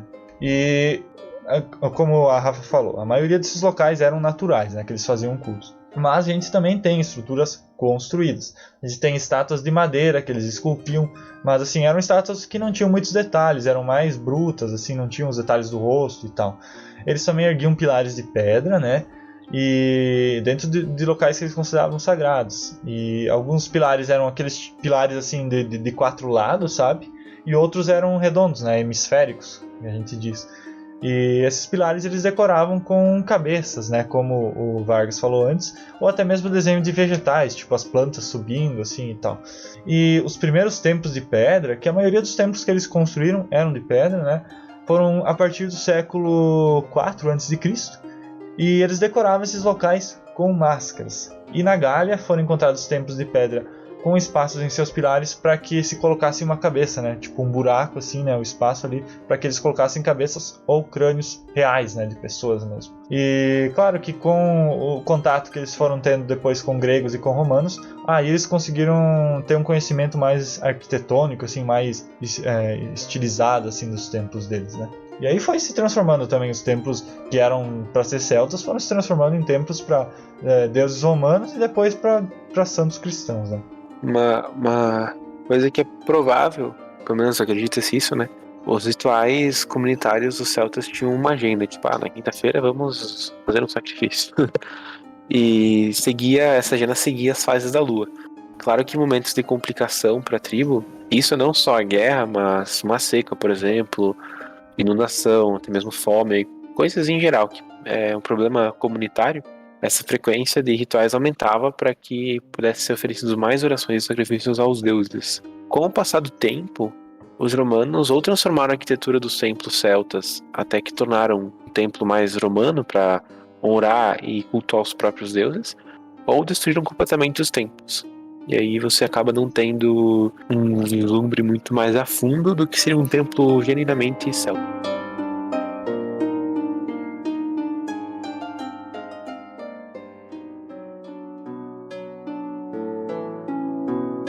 E vamos chegando nas partes finais aqui do nosso episódio. Então é interessante a gente falar sobre como que os celtas enxergavam a vida após a morte, né? Eles tinham toda uma vida voltada para a religião, né? Mas e o que vinha depois, né? O que motivava eles a ter essa vida religiosa? Então o que os romanos registraram foi que os druidas eles pregavam uma doutrina de imortalidade da alma, né? Vamos utilizar o termo alma, talvez não fosse isso que eles utilizassem, né? Mas a alma da pessoa se dirigia então para outra região após a morte do corpo, né? Ou seja, tinha-se essa noção de que o nosso corpo era somente um invólucro, né? E assim, só que não se descreveu muito sobre o que seria exatamente esse local, né? Se era uma espécie de paraíso, se era um local temporário que depois eles reencarnavam, né? Existem relatos de que eles acreditavam sim que poderia existir essa reencarnação, né? Que esse local pós-morte era somente temporário, né? O que existe, né, algumas evidências arqueológicas que demonstram que os celtas, quando eles queriam oferecer algo para o outro mundo, né, para seja um mundo divino ou um submundo, alguma coisa do tipo, eles jogavam isso, como eu falei antes, né, eles jogavam objetos na água ou em buracos dentro do solo. Então, tipo, eles tinham meio que uma visão meio literal do que seria o submundo, né? Era realmente lá embaixo mesmo da Terra. Então eles jogavam os objetos lá, né, ou no fundo do oceano, né, e utilizavam isso como oferendas para o submundo. E quanto a um outro mundo que seria superior, né, ou tipo um outro plano, alguma coisa do tipo, eles acreditavam que seria dentro das colinas, né, tipo cavernas dentro das colinas, ou também no fundo dos rios e dos oceanos. E existem algumas histórias de que os celtas eles acreditavam que ilhas antigas, né, que se contava as histórias, né, de ilhas que ficavam longe no oceano, seriam tipo meio que um outro mundo para eles, né? E os romanos também registraram sobre essa parte das ilhas, né? Acredito que conforme as civilizações foram tendo contatos com outras que ficavam mais longe, né, essas histórias começaram a correr, que existiam povos com costumes bem diferentes e tal, e aí começou a se associar esses povos com um outro mundo, né? Já na parte da Irlanda, alguns estudiosos, sim, eles também acreditavam que os druidas eles tentavam passar uma ideia de que os mortos eles só viviam em terras distantes e que eram inacessíveis para a galera na época. Mal eles sabiam, no caso, que existia uma terra distante chamada América, mas realmente eles pregavam que os mortos eles iam ali justamente para essas terras que eram muito longe e muito inacessíveis para o povo da época, a fim de evitar justamente uma banalização desse culto aos mortos. Por isso, alguns diziam que esse outro mundo, essa vida pós-morte, era um lugar maravilhoso, belo e muito harmonioso, sabe? A descrição, ela vai se assemelhar muito ao paraíso cristão.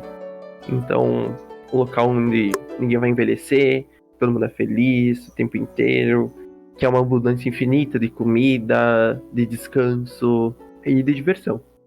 Também a gente acredita que possa ser uma visão, essa visão do paraíso, possa ser uma visão passada justamente por viagens à Terra, a terras com outras culturas diferentes. Por exemplo, pessoas justamente da Gália indo para outros locais da Europa, ou outros europeus se direcionando até a região da Gália, e que acabou se difundindo um pouco dessa cultura de justamente ter esse local super magnífico que é o paraíso. Também havia uma certa crença numa invisibilidade do outro mundo e dos habitantes que nele moravam.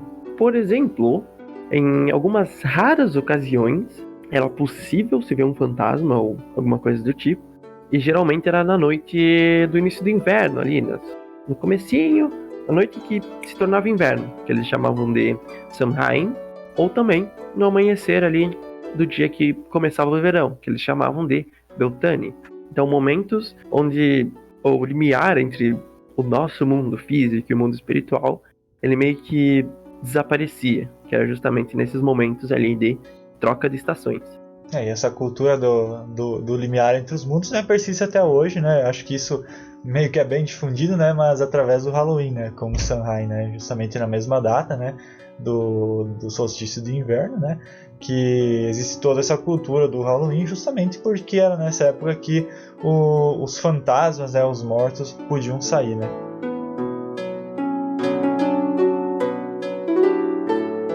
E agora a gente volta a falar uma das figuras principais da religião, que são os druidas, né? Em questão de significado, druida provavelmente deriva do proto-celta druid, e isso basicamente significa conhecedor dos carvalhos.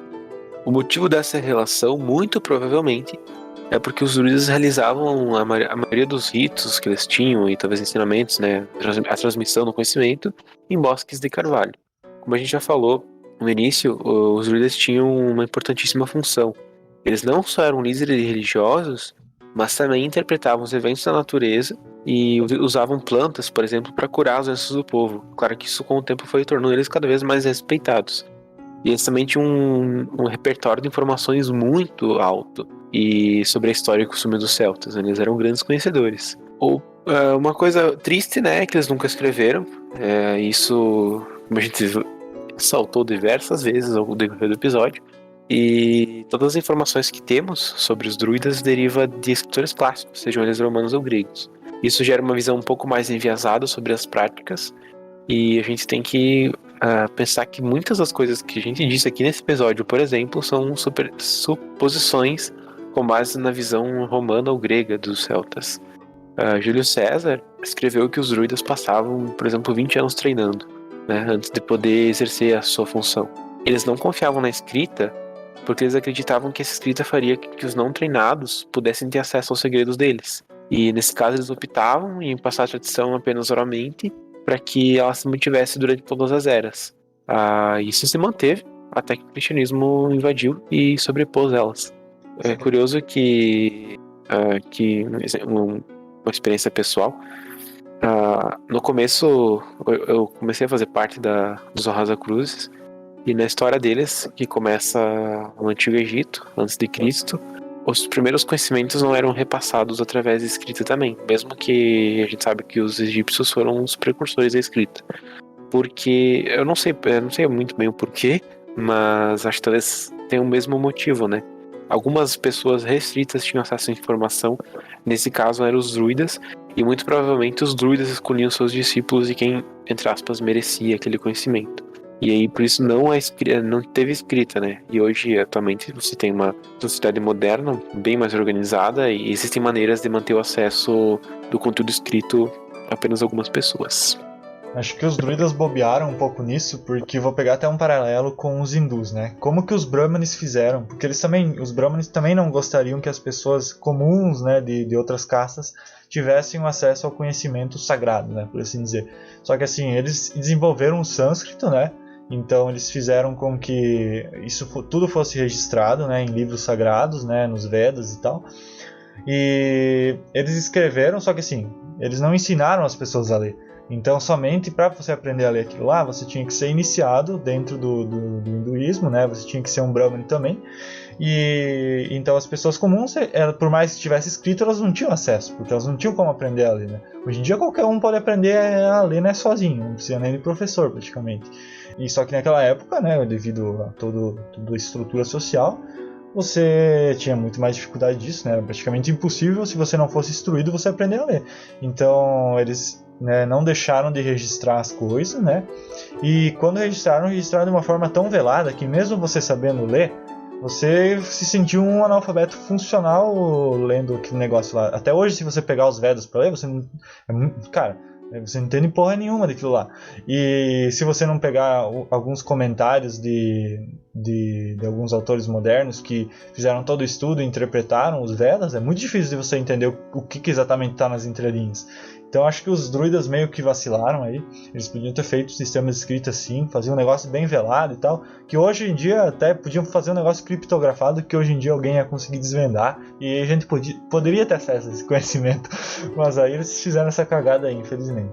Talvez eles não tivessem a ideia de que poderiam ter criado um sistema de escrita. Sim. Porque os celtas como um todo, ninguém sabia ler e escrever, né, provavelmente. Talvez os druidas soubessem como fazer isso e acabavam não fazendo por causa do motivo que a gente já citou. Mas talvez eles não tinham conhecimento que poderiam ter feito algum código. E aí acabou se perdendo, né? Eu não imagino não só eles, né, cara? Mas tipo, quanto conhecimento da humanidade toda tá perdido. Porque eu não me vem à cabeça agora o tempo certo, mas me parece que a história humana começou a ser escrita há cerca de 6.500 ou 7.000 anos atrás, alguma coisa assim. Só que a história humana é muito mais antiga que isso. Então pensa quanta coisa ficou perdida por as pessoas não documentarem. É uma pena. Se eu não me engano, só 2% de toda a história humana a gente desenvolveu escrita.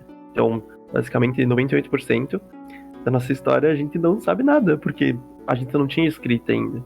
Então, cara, talvez seja, obviamente, um exagero da galera falar isso, mas realmente é muito conteúdo que foi perdido.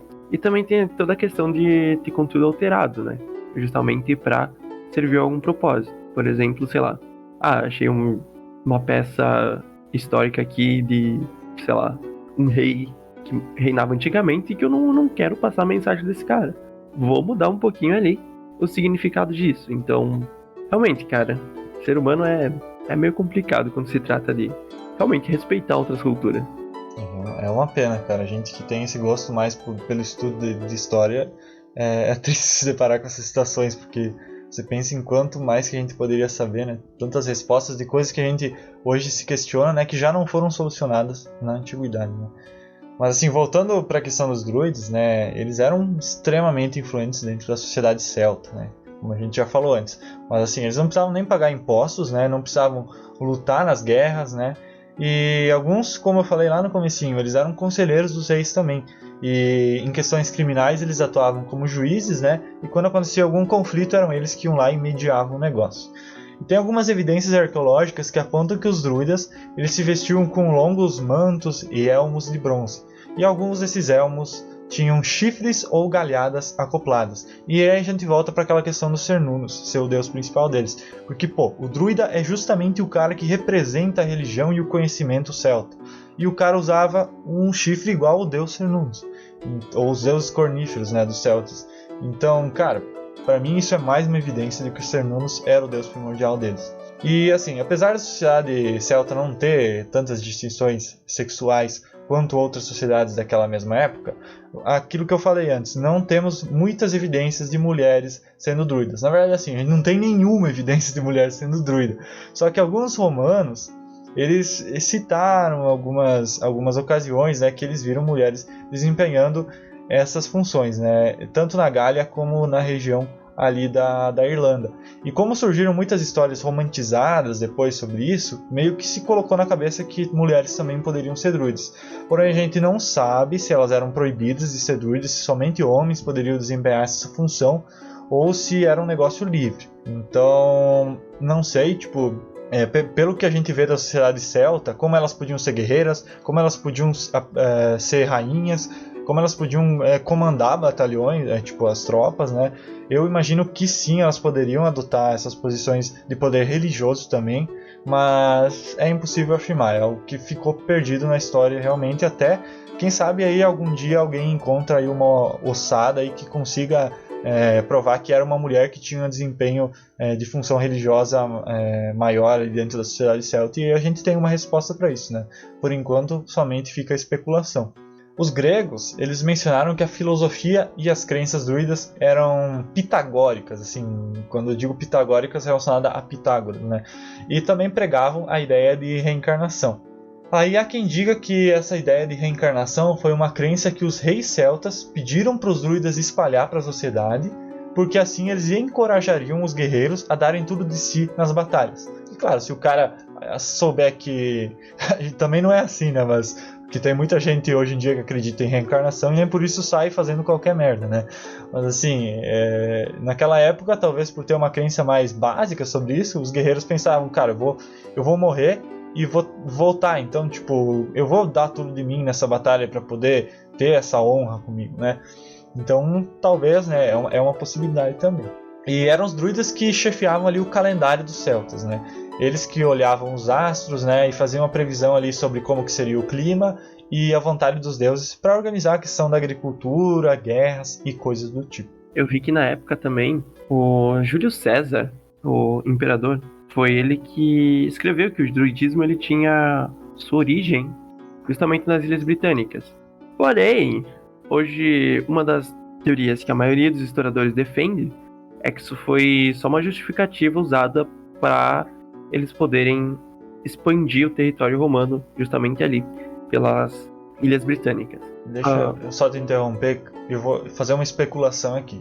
Isso que você falou, eu acho que é o mais provável mesmo, que tenha sido somente uma justificativa para eles conseguirem expandir o território e prosseguirem com a guerra de conquista deles. Porém, pra gente abrir uma especulação e deixar as pessoas refletindo, existem alguns historiadores romanos, né, isso lá da época clássica, que eles dizem que quando os druidas saíam para treinar aqueles 20 anos que o Vargas falou antes, que eles ficavam afastados da sociedade e ficavam treinando com outro druida mais velho, eles iam, né, alguns romanos diziam que eles iam para as Ilhas Britânicas treinar. Então eles ficavam isolados lá naquela região para poder receber os ensinamentos. Porém, existe uma contradição histórica, porque os celtas, eles se originaram na Gália e depois se expandiram para as Ilhas Britânicas. Então isso não faria sentido. Por que eles iriam treinar num lugar que eles só foram conquistar depois, sabe? Só que aí você tem outros historiadores romanos que vão citar que, na verdade, os druidas, e isso também historiadores modernos que acreditam nessa teoria, de que os druidas não são celtas, mas sim os druidas vieram antes dos celtas. Então a cultura druídica existia entre povos que habitavam aquela região da Gália e das Ilhas Britânicas antes mesmo do povo celta propriamente dito existir. Então aí a gente começa a ter um pouco de chance de que os druidas realmente poderiam ir para essas Ilhas Britânicas e que realmente existiria o druidismo ali. Então é uma teoria que não foi muito explorada, até porque é muito difícil de você trabalhar com evidências arqueológicas disso, né? Mas existe sim essa ideia também entre os historiadores, né? Algo que é incerto ainda. Interessante. Já serviu para dar pulguinha atrás da orelha. Um dos caras que introduziu a proibição do druidismo foi Tibério, que ele foi o primeiro imperador romano a realmente criar essa lei de não, o druidismo não rola. Já ocorreram situações em que, por exemplo, Augusto, ele dizia que um druida jamais vai poder ser um cidadão romano.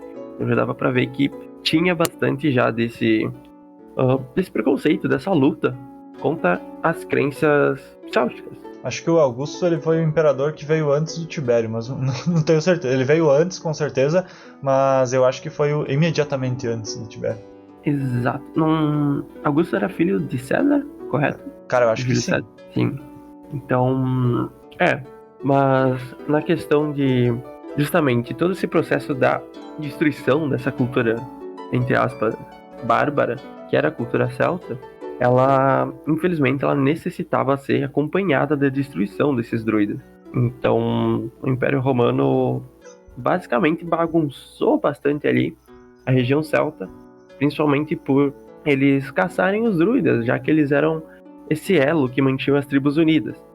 Então, se eles derrotassem esses caras, que eram os elos entre as tribos, naturalmente ali o sistema deles ia cair e eles podiam tomar essa região. Não só isso, também evitava já uma provável revolta da população, já que os druidas eram basicamente os líderes, tanto espirituais quanto ali de cada tribo, cada vila. E realmente, cara, a regra é derrotar o mais forte primeiro, que os outros mais fracos naturalmente vão se curvar a você. Infelizmente, teve toda essa caçada ao conhecimento druida e tudo mais, e que infelizmente hoje acarreta na nossa falta de conhecimento sobre isso. Principalmente porque ninguém se importou em anotar nada. Não temos muitos registros históricos, é mais por parte de relatos e de especulações de acordo com artefatos que a gente acaba encontrando. A gente, no caso, os arqueólogos, eu não faço porra nenhuma. Mas uma das justificativas para matar os druidas que eles utilizaram, eu sei que foi justamente por conta desses rituais de sacrifícios humanos, que eles acreditavam ter uma barbaridade muito forte, assim, causava já um medo, assim, na população média, porque, realmente, chega lá e fala, aquele povo lá novo que a gente descobriu faz sacrifício humano, eles usam magia do submundo e não sei o que, obviamente, já cria um certo medo na população, e já dá uma justificativa muito convincente pro Império ali interferir e matar essa cultura. Vocês viram como o nosso episódio de hoje, ele na verdade fez uma volta, assim, foi um negócio cíclico, né? As coisas que a gente falou lá no começo, né? A gente chegou no final e concretizou ali as conclusões sobre isso, né? Justificou exatamente todos esses pontos, né? Sobre a conquista romana lá e por que foi tão importante falar isso logo no começo. Como vocês viram, cada ponto que a gente falou tem influência do que os romanos fizeram, né? E, gente, esse é praticamente o episódio, né? Cara, esse tema é muito extenso mesmo. E assim, existem enciclopédias da cultura céltica para quem tiver um interesse em pesquisar isso em mais detalhes. Por mais que não tenha sobrevivido tanta coisa sobre os celtas quanto a gente gostaria, muita coisa foi catalogada de arqueológica, né, e dos registros dos historiadores clássicos. Então, para quem quiser saber mais, eu vou deixar as referências, como eu já falei algumas vezes durante o episódio. Vou deixar isso no post, né, para que todos possam ter acesso a isso e até para saber de onde que a gente está tirando as informações. Acho até que é uma coisa que eu não fiz nas outras pautas e eu acho que eu vou começar a fazer. Eu vou começar a fazer, que é mostrar para as pessoas as fontes de onde a gente está tirando essas informações, né, para não parecer que a gente está inventando coisa ou que a gente está especulando demais sobre coisas que não existem ou coisas assim, né. Então eu vou deixar um espaço para o pessoal fazer as despedidas, né, as conclusões.